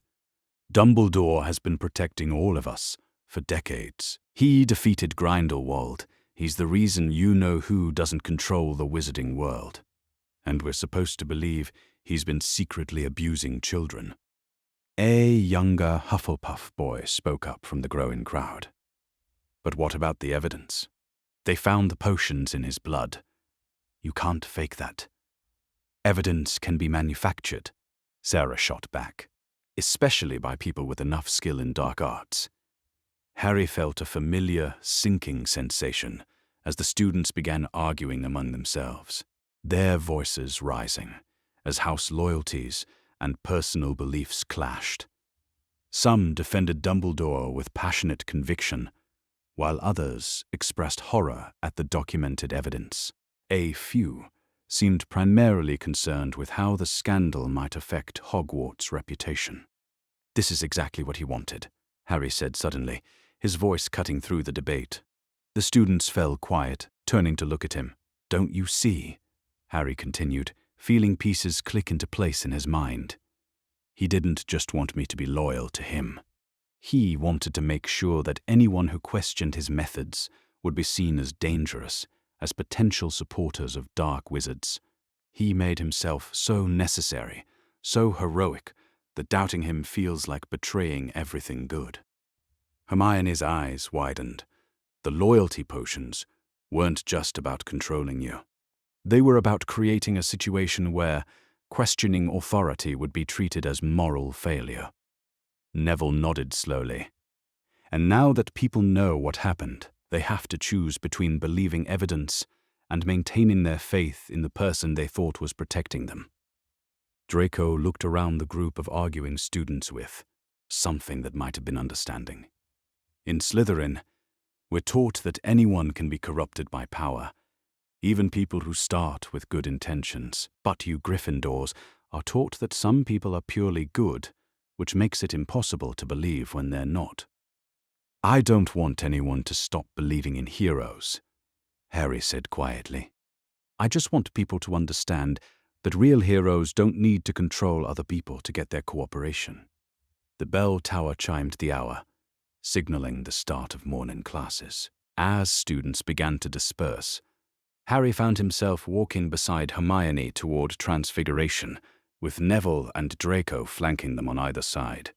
Harry, Hermione said carefully, can I ask you something personal? Go ahead. How do you feel about us right now?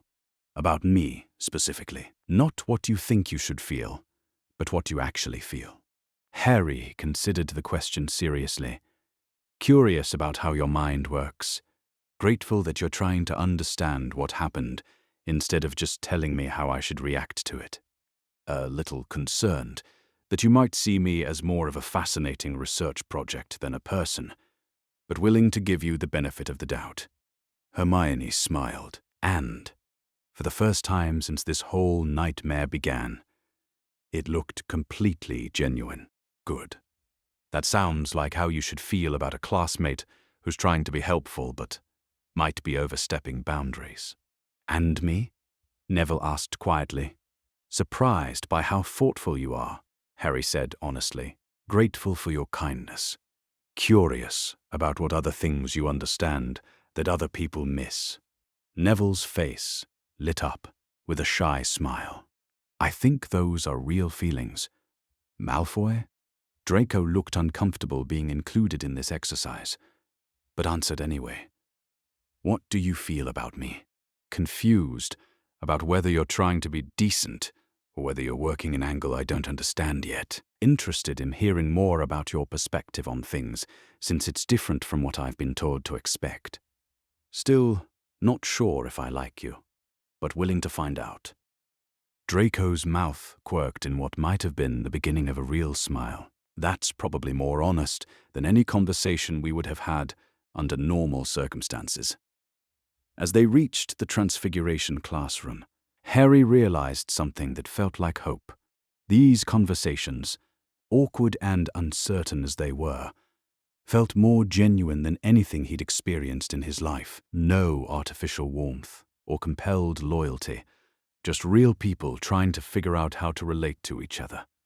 It wasn't easier than the artificial feelings, but it was real. And, after 11 years of living under magical control, real was worth everything. Chapter 9. The Dumbledore Confrontation. Amelia Bones had questioned dark wizards who laughed while describing their murders. She had faced down Death Eaters who spat curses at her during formal proceedings. She had stared across interrogation tables at some of the most dangerous criminals in Wizarding Britain, without flinching. But she had never felt the particular weight of power and expectation that filled the Hogwarts conference room as Albus Dumbledore settled into his chair across from her. I must say, Director Bones, Dumbledore said mildly, his blue eyes twinkling with what appeared to be gentle amusement. This is all quite irregular. I do hope we can resolve this misunderstanding quickly and return to the important work of educating our young people. There is no misunderstanding, Professor Dumbledore, Amelia replied, consulting the extensive file of evidence spread before her. We have documented proof that you systematically dosed Harry Potter with loyalty potions, compulsion charms, and memory suppressants from the age of 4 until his arrival at Hogwarts, with additional dosing occurring since his enrollment. She gestured to the array of evidence crystals arranged on the table between them. We have magical signature matches, timeline analysis, witness testimony from the Dursley family, and independent verification from 3 separate magical medical examiners. Dumbledore's expression grew more serious, though he maintained his air of paternal patience. "My dear director, I fear you have misinterpreted protective magic as something far more sinister." Quote, "Protective magic does not include loyalty potions keyed to specific individuals," Amelia said flatly. "Nor does it include memory suppression designed to prevent a child from reporting abuse." For the first time, something shifted in Dumbledore's demeanor. The grandfatherly warmth didn't disappear, but it was joined by something harder, more calculating. "You speak of matters you don't fully understand," he said quietly. "Harry Potter is not merely a child, Director Bones. He is the subject of a very specific prophecy, one that requires careful guidance and preparation if he is to survive what lies ahead. Explain this prophecy." Dumbledore was silent for a long moment, his fingers steepled beneath his chin. When he spoke, his voice carried the weight of someone revealing a carefully guarded secret. "The prophecy states that Harry Potter must face Voldemort in final confrontation, and that one must die at the hand of the other. Harry's survival, and by extension, the survival of our entire world, depends on his willingness to make the ultimate sacrifice when the time comes." Amelia felt a chill run down her spine. "You're talking about a child dying." "I'm talking about a child who may need to choose death to save millions of lives," Dumbledore corrected. "And that choice must be made willingly, without reservation or self-preservation overriding moral duty." "So you drugged him." "I prepared him," Dumbledore said, his voice gaining strength and conviction. "The loyalty potions ensured he would trust those who have his best interests at heart. The compulsions guaranteed he would develop the moral character necessary for heroism. The memory suppressions prevented traumatic experiences from hardening his heart or making him unwilling to sacrifice for others." Amelia stared at him, horrified. "You systematically abused a child to make him more willing to die." "I shaped a weapon that could save our world," Dumbledore replied calmly. "Every choice I made was calculated to increase the chances of Harry Potter fulfilling his destiny. The alternative was allowing Voldemort to return and destroy everything we hold dear." "Professor Dumbledore," McGonagall's voice came from the doorway, shaky with disbelief. "Please tell me I misheard what you just said." Amelia turned to see McGonagall entering the room, her face pale and her hands trembling. Behind her came Harry Potter, flanked by two aurors who had been escorting him to give his formal statement. "Minerva, my dear," Dumbledore said, his voice softening back into its familiar warmth. "I know this is difficult to understand, but everything I did was necessary." "You drugged a child," McGonagall interrupted, her voice rising. "You drugged one of my students for over a decade to make him more willing to die for you." "To make him willing to die for all of us," Dumbledore corrected. "For you, for every witch and wizard in Britain, for the entire future of our world. Sometimes the needs of the many must outweigh the rights of the individual." Harry stepped forward, his young face set with a determination that was painful to see in someone so young. "What if I refuse?" Dumbledore's expression grew infinitely sad. "My dear boy, you cannot refuse destiny. The prophecy will be fulfilled, one way or another. I was simply trying to ensure it would be fulfilled in a way that maximized your chances of survival. By taking away my ability to choose." Harry's voice was steady, but Amelia could see the tension in his shoulders. "By making sure I would feel guilty about wanting to live. By ensuring you would have the moral strength to do what is necessary when the time comes." Dumbledore said gently, "Harry, you must understand. I have seen what happens to heroes who hesitate at the crucial moment. I have watched good people die because they couldn't bring themselves to make the hard choices." "This isn't a hard choice," Harry said quietly. "This is child abuse. For a moment, something like genuine hurt flashed across Dumbledore's features. You say that now, but when Voldemort returns, and he will return, you will understand why I made these preparations. You will be grateful that I gave you the strength to protect those you love. The only thing I'm grateful for, Harry replied, is that someone finally told me the truth. Dumbledore's expression hardened slightly. The truth, Harry, is that you are the only hope our world has against a darkness you cannot yet comprehend. Everything I did was to prepare you for that burden, by making sure he would carry it willingly, Amelia said, her voice cold with disgust. Professor Dumbledore, you stand accused of systematic magical abuse of a minor, conspiracy to commit assault, violation of wizarding consent laws, and accessory to child abuse. How do you plead? Dumbledore rose from his chair, and the air in the room seemed to thicken with magical pressure. Director Bones, I appreciate your dedication to the law, but there are matters beyond legal procedure at stake here. Harry Potter's training and preparation cannot be interrupted by bureaucratic interference. His training? McGonagall's voice was barely above a whisper. Albus, he's 11 years old. He is our weapon against the dark, Dumbledore replied, his voice carrying absolute conviction. And he must be ready when the time comes, regardless of personal cost. Amelia felt the weight of Dumbledore's magical aura pressing against her own defenses. But she held her ground. Professor Dumbledore, you will submit to formal questioning under Veritaserum, or you will be taken into custody by force. I think not, Dumbledore said quietly. The magical pressure in the room intensified dramatically. Books flew off shelves, windows rattled in their frames, and the evidence crystals on the table began to vibrate with harmonic resonance.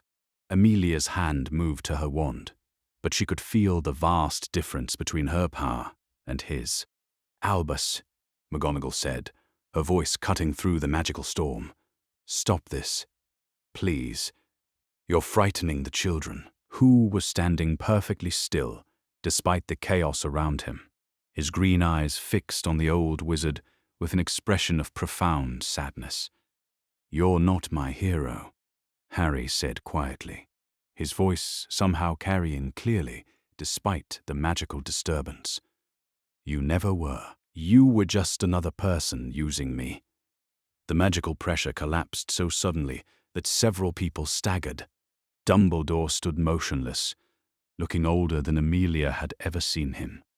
Perhaps, he said finally, that is the most accurate assessment anyone has ever made. He moved toward the door, and Amelia realized he intended to simply leave. Professor Dumbledore, you are under arrest, she called after him. He paused in the doorway without turning around. Director Bones, I have spent my life fighting monsters. I believed that justified becoming one myself. Perhaps I was wrong about that. He looked back over his shoulder at Harry. But I was not wrong about the prophecy, my boy. Voldemort will return, and when he does, you will be all that stands between him and the destruction of everything good in this world. Then I'll face that when it comes, Harry said steadily. But I'll face it as myself, not as whatever you tried to make me into. I pray that will be enough. As he walked away, Amelia had to make a split-second decision about whether to pursue one of the most powerful wizards alive through the halls of a school full of children. The risk to innocent students outweighed the importance of immediate arrest. Let him go, she said to her aurors.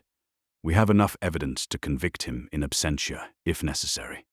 McGonagall sank into a chair, looking decades older than she had an hour before. 70 years, she said quietly. I've known him for 70 years, and I never suspected. He hid it well, Amelia said gently. Abusers often do. What happens now? Harry asked. Now, Amelia said, we make sure you're safe. We make sure the people responsible for harming you face justice. And we make sure this never happens to another child." She looked around the room at the evidence of Dumbledore's systematic manipulation, at McGonagall's shattered faith, at Harry's too old eyes in his young face. "And we figure out how to protect the wizarding world without sacrificing children to do it." She could see a figure in flowing robes walking across the Hogwarts grounds toward the main gates. Albus Dumbledore, the most respected wizard of the age, was leaving the castle he had called home for decades. Behind him, he left the wreckage of a child's stolen innocence and the shattered trust of everyone who had believed in the myth of his infallible goodness. Chapter 10. The Recovery Process. Harry woke up on the first day of October, not knowing who he was supposed to be.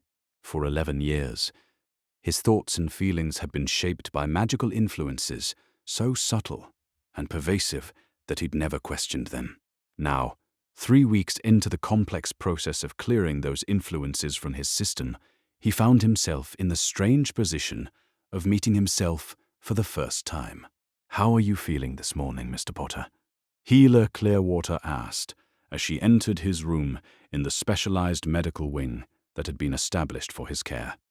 Harry considered the question carefully. It had taken him days to understand that "how are you feeling?"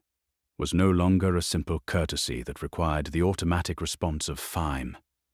Now, it was a genuine inquiry into his emotional and physical state, and he was expected to give an honest answer. "Confused," he said finally. "And lighter, somehow. Like I've been carrying something heavy for so long that I forgot what it felt like to stand up straight." Healer Clearwater nodded, making notes on the chart she carried. "That's a very good description of what happens when long-term magical compulsions are removed. Your mind and magic are readjusting to operating without external influence." She began her daily diagnostic scan, the familiar warmth of medical magic flowing over him. The process had become routine over the past weeks, but Harry found he still enjoyed watching the colorful patterns that appeared above the scanning crystals. "The loyalty potion residues are almost completely cleared," she announced with satisfaction.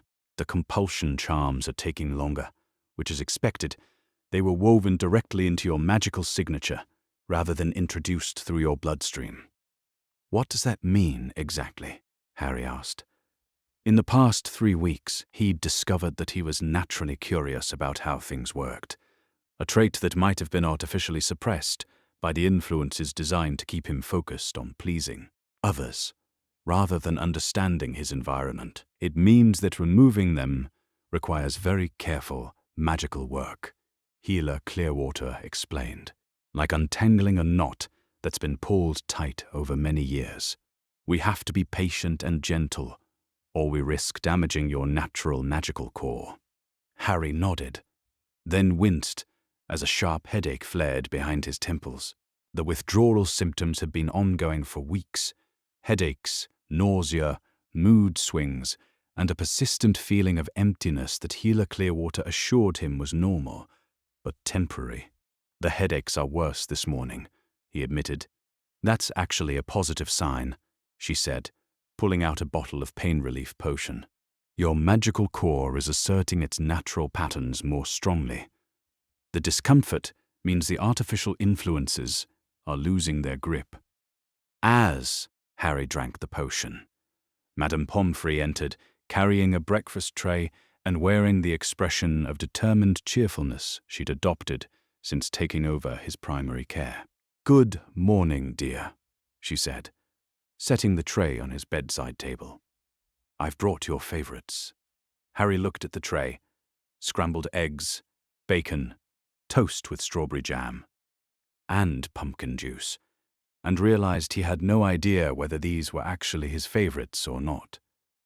For weeks now, every meal had been an exercise in rediscovering his authentic preferences. "Actually," he said carefully, "could I try something different today? Maybe porridge with honey?" "Of course," Madame Pomfrey said immediately, and Harry caught the pleased look she exchanged with Healer Clearwater. His willingness to express preferences, even small ones, was apparently seen as progress. While she went to fetch different food, Harry turned his attention to the stack of books beside his bed. Reading had become one of his primary activities during recovery, partly because it was something he could do alone while processing his changing thoughts and feelings. He'd discovered that he genuinely enjoyed learning, not the desperate need to prove himself that had driven him before, but a simple pleasure in understanding how things worked. He liked history, was fascinated by magical theory, and had no interest whatsoever in Quidditch, which had come as a surprise to everyone, including himself. "Mr. Potter," a gentle voice interrupted his thoughts. "May I come in?"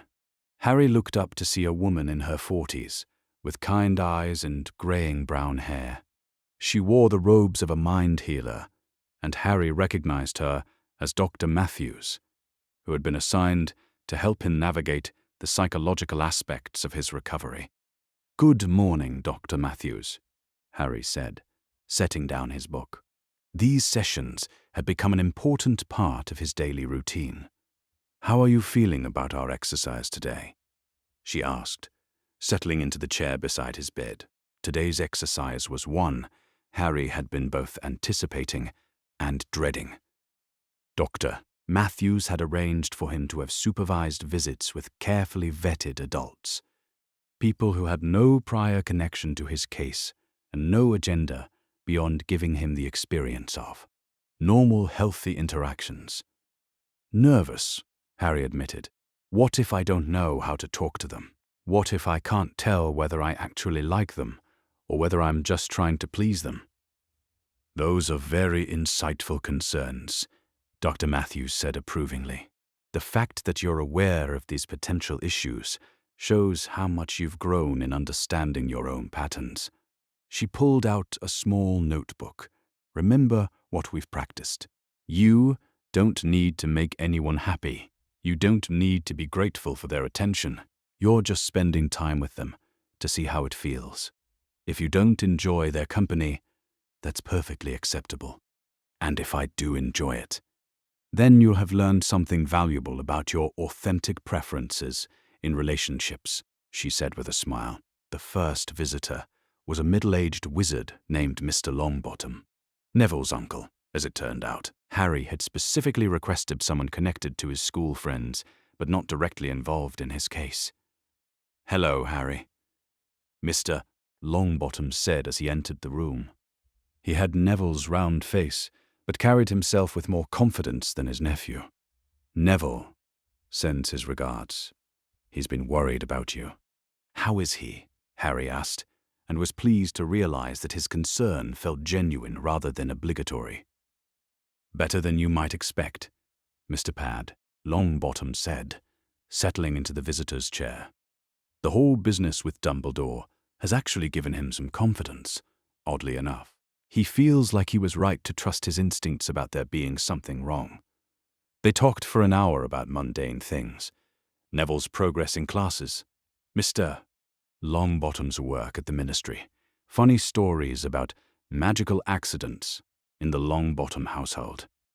Harry found himself genuinely enjoying the conversation, laughing at the right moments without forcing it, asking questions because he was curious rather than because he thought he should. "You know," Mr. Longbottom said as he prepared to leave, "you're quite different from what I expected." "Different how?" "More thoughtful, more genuine. I'd heard so many stories about the famous Harry Potter, but you're just a nice young man who asks good questions and listens to the answers." After he left, Dr. Matthews asked Harry to reflect on the interaction. "How did that feel?" she asked. "Normal," Harry said, surprising himself. "Like talking to a friend's uncle. I didn't feel like I had to impress him or make him like me. I was just myself. And who is yourself, do you think?" Harry considered this carefully. "Someone who likes learning about how things work. Someone who enjoys quiet conversations more than being the center of attention. Someone who prefers books to crowds and honest people to exciting ones. Those sound like authentic preferences to me, Dr. Matthews said approvingly. The second visit was with a witch named Mrs. Clearwater, Healer Clearwater's sister, who worked as a librarian and had volunteered to spend time with Harry discussing books. This conversation felt even more natural as they debated the merits of different magical theories and argued good-naturedly about whether historical accounts could be trusted. By the time both visits were concluded, Harry felt exhausted but oddly satisfied. "I think," he told Dr. Matthews during their evening session, "I might actually be a pretty boring person." She laughed. "What makes you say that?" "I like quiet things. Reading, thinking, having small conversations with people I find interesting. I don't want to be famous, or special, or important. I just want to learn things, and be left alone to figure out what I think about them." "And how does that feel?" "Disappointing, at first," Harry admitted. "But then, relieving, like I finally have permission to be ordinary." "Harry," Dr. Matthews said gently, "after everything you've been through, choosing to be ordinary is actually quite extraordinary. It means you found the courage to be yourself, rather than what others expected you to be." Point. As Harry lay in bed reading a book about magical theory that he'd chosen purely because it interested him, he made his first, completely autonomous decision since the recovery process had begun. He decided that tomorrow he wanted to write a letter to Hermione. Not because anyone had suggested it, not because he felt obligated to maintain the friendship, but because he missed their conversations about books and magic. He wanted to tell her about the theories he'd been reading and ask her opinion about them. It was a small choice, perhaps even an insignificant one. But it was entirely his own. And for the first time in his life, Harry Potter fell asleep, knowing exactly who he was and what he wanted to do next. Chapter 11. The New Foundations. The cottage in Devon was nothing like Privet Drive, and nothing like the grand expectations Harry had once harbored about where a famous wizard might live. It was small, surrounded by a garden that looked slightly overgrown, and filled with the kind of comfortable clutter that suggested people actually lived there, rather than merely existing. "What do you think?" asked healer Sarah Blackwood, the woman who had agreed to serve as Harry's guardian through the complex process of magical fostering that Director Bones had arranged.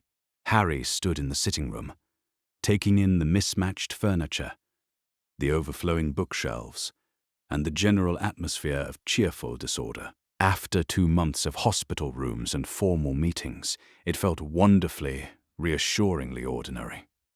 "I like it," he said, and meant it completely. Sarah smiled, her weathered face crinkling around kind eyes. She was in her 50s, a retired healer who specialized in magical trauma recovery, and Harry had spent several supervised visits with her over the past weeks. Unlike every other adult who had claimed authority over his life, she seemed genuinely interested in what he wanted, rather than what she thought he needed. "Your room is upstairs," she said, leading him toward a narrow staircase. "I've left it mostly empty so you can decide how you want it arranged. We can go shopping for furniture and decorations whenever you're ready." The room was indeed mostly empty. A bed, a desk, a wardrobe, and a window overlooking the garden. But it was large enough for Harry to move around freely, and the window opened when he tried it. After 10 years in the cupboard under the stairs, it felt luxurious. "I can really arrange it however I want?" he asked. "It's your room, Harry, your space. The only rules are the basic ones about safety and consideration for others." Sarah leaned against the doorframe, watching him explore. "Would you like some time to settle in before we discuss the other arrangements?" Harry nodded, grateful for her understanding that he needed time to process. Over the past weeks, he had learned that his authentic self was someone who needed quiet moments to think through changes before he could engage with them fully. An hour later, they sat in the kitchen over tea and biscuits, while Sarah explained the educational plan that had been developed based on extensive testing of Harry's actual knowledge and abilities. The assessments showed some interesting patterns, she said, consulting a thick folder of documents. Your reading comprehension and analytical thinking are well above average for your age, but you have significant gaps in basic magical knowledge and practical skills. Harry nodded. This didn't surprise him. The Dursleys had discouraged academic achievement, while Dumbledore's influences had focused his attention on emotional manipulation rather than genuine learning. Professor Flitwick has agreed to provide private tutoring in charms theory, since that's where your interests seem strongest, Sarah continued. And healer Pomfrey will be working with you on basic magical health and safety, which was neglected in your previous education. What about regular classes? Harry asked. Will I be going back to Hogwarts? That's entirely up to you, Sarah said, and Harry felt the familiar surprise of being given a real choice. The Ministry has arranged for you to receive a full magical education, regardless of whether you return to traditional schooling.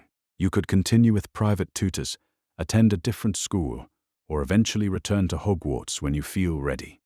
Harry considered this carefully. 6 weeks ago, the idea of having control over his education would have seemed impossible. Can I think about it? Of course. There's no rush to decide. That afternoon brought his first official visit from friends in his new environment. Hermione arrived via Flu, with a bag full of books and an expression of barely contained excitement. Neville came with his grandmother, who deposited him with firm instructions about proper behavior before departing with a sniff of approval at Sarah's credentials. This is brilliant, Hermione said, looking around the sitting room with obvious delight. It's like a proper home. Better than Hogwarts dormitories, Neville agreed, settling comfortably into an armchair that had clearly seen years of use. Harry watched his friends and realized with a small thrill that he could think of them as friends now. Genuine ones whose affection wasn't artificially induced, and felt something settle in his chest that he was beginning to recognize as contentment. How are you feeling? Hermione asked. Really feeling, not the polite answer. It was a question she'd learned to ask during their careful rebuilding of their friendship, and Harry appreciated her directness. Different, he said thoughtfully. Calmer. Like I finally know what I actually think about things instead of what I'm supposed to think. What do you think about us? Neville asked quietly. About being friends, I mean. I think I like you both because you're interesting people who don't expect me to be anyone other than myself. Harry said honestly.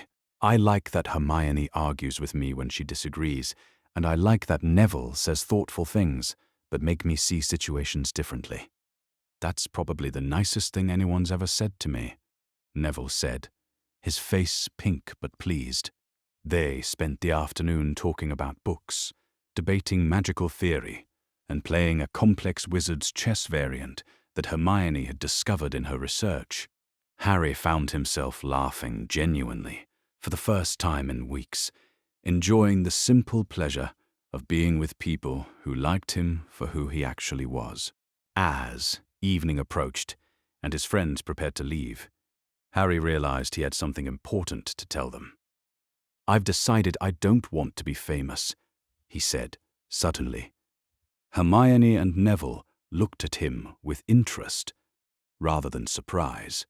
I mean, I know I can't change what happened when I was a baby, Harry continued, but I don't want to live up to anyone's expectations about the boy who lived. I just want to be Harry. Is that all right with you? Of course it is, Hermione said immediately. We became friends with Harry, not with the boy who lived. I never cared about the famous part anyway, Neville added. I liked that you listened to me and didn't make me feel stupid. After they left, Harry sat with Sarah in the garden, watching the sun set over the countryside. The October air was crisp, and he found he enjoyed the sensation of being slightly cold, another small pleasure he was learning to notice and appreciate. How was today? Sarah asked. Good, Harry said, then expanded thoughtfully. It felt normal, like how I imagine friendships are supposed to feel. And how is that? Comfortable, easy, like I don't have to perform or prove anything. I can just be myself, and they're happy to spend time with me. Sarah nodded approvingly. Those are the hallmarks of healthy relationships. Sarah, Harry said carefully, can I ask you something? Of course. Why did you agree to do this? To take care of me, I mean. It must be complicated, and you don't even know me very well. Sarah was quiet for a moment, considering her answer. I became a healer because I believe everyone deserves the chance to discover who they really are when they're safe and free from manipulation. You're an extraordinary case because of the scope of what was done to you, but the principle is the same. She paused, then continued more personally. And I like you, Harry, the person you're becoming. Thoughtful, curious, kind, but not eager to please. I think you're going to grow into someone quite wonderful. That evening, as Harry unpacked his few belongings in his new room, he came across the letter he'd written to his future self during his early recovery. A therapeutic exercise Dr. Matthews had suggested to help him document his authentic preferences and values. Reading it now, he was struck by how much he'd already grown. The boy who had written that letter had been frightened and uncertain about everything. The boy reading it now felt not completely confident, but hopeful, like he was building something real and solid that couldn't be taken away from him. He sat at his new desk and pulled out parchment and ink. There was another letter he wanted to write, not to his future self this time, but to his past. Dear Harry who was controlled, you don't know it yet, but you're going to be all right. You're going to discover that you're actually quite interesting when you're not trying to be what other people want you to be. You're going to make real friends who like you for who you are. You're going to have choices, real ones, about what you want to do and who you want to become. Most importantly, you're going to learn that being ordinary is not only acceptable, it's wonderful. You don't have to save the world or live up to anyone's expectations. You just have to be yourself. The real you is worth knowing. Love. Harry who is free. He folded the letter carefully and placed it in his desk drawer. It was a conversation with himself that no one else needed to see, but writing it had made something feel complete. Outside his window, the Devon countryside was settling into evening quiet. Tomorrow would bring more tutoring sessions, more therapeutic conversations, more small choices about how to arrange his life according to his own preferences. For the first time since he could remember, Harry Potter was looking forward to tomorrow. Chapter 12. The Authentic Choice. On a crisp November morning, nearly 3 months after his world had shattered and rebuilt itself in the hospital wing, Harry Potter sat in Director Bones's office and considered the most important decision of his life. You understand, Amelia said gently, that all of these options are genuinely available to you. There's no pressure to choose any particular path, and no wrong answer. Harry looked at the documents spread across her desk, each representing a different future he could choose for himself. Complete removal from the magical world, with memory modification to help him integrate into Muggle society. Transfer to a magical school in another country, far from British wizarding politics. Continued private education with the best tutors the ministry could provide. Or return to Hogwarts, under an entirely new framework designed to protect student autonomy. For 11 years, other people had made every significant decision about his life. Now, for the first time, the choice was entirely his own. "How long do I have to decide?" he asked. "As long as you need," Amelia replied. "Though if you're considering returning to Hogwarts for the spring term, we'll need to know within the next few weeks to finalize the new protection protocols." What exactly would those protocols involve? Amelia pulled out a thick folder marked with official, seals, complete transparency about any magical influences or medical treatments, regular, independent medical examinations by healers of your choosing, the right to refuse any magical procedure or educational requirement, a student advocate assigned specifically to ensure your autonomy is protected. She paused. "And no adult would have unilateral authority over your welfare. All major decisions would require approval from a panel, including yourself, your guardian, an independent advocate, and a DMLE representative." Harry nodded thoughtfully. It sounded comprehensive, but also complicated. What about the other students? Would they be protected too? "The new student rights charter we're implementing will apply to all students at Hogwarts," Amelia confirmed. "Your case has prompted a complete review of how magical education handles consent and student welfare." "Good," Harry said, and meant it. The idea that his experience might prevent other children from being manipulated was perhaps the only positive thing he could find in the entire ordeal. "Harry," Sarah said from her chair beside him, "what does your instinct tell you? Not about what you should do, but about what you want to do." Over the months of recovery, he had learned to trust his authentic impulses, the quiet voice that had been suppressed for so long by magical influences. "I want to go back," he said slowly.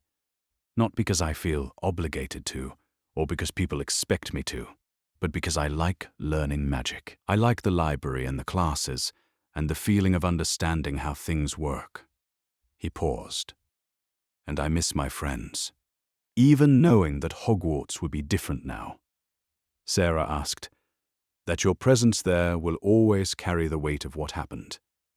"Everything is different now," Harry replied. "But that doesn't mean it's worse. The old version of Hogwarts, where students could be manipulated without anyone questioning it, that wasn't really safe anyway. Maybe the new version will be better."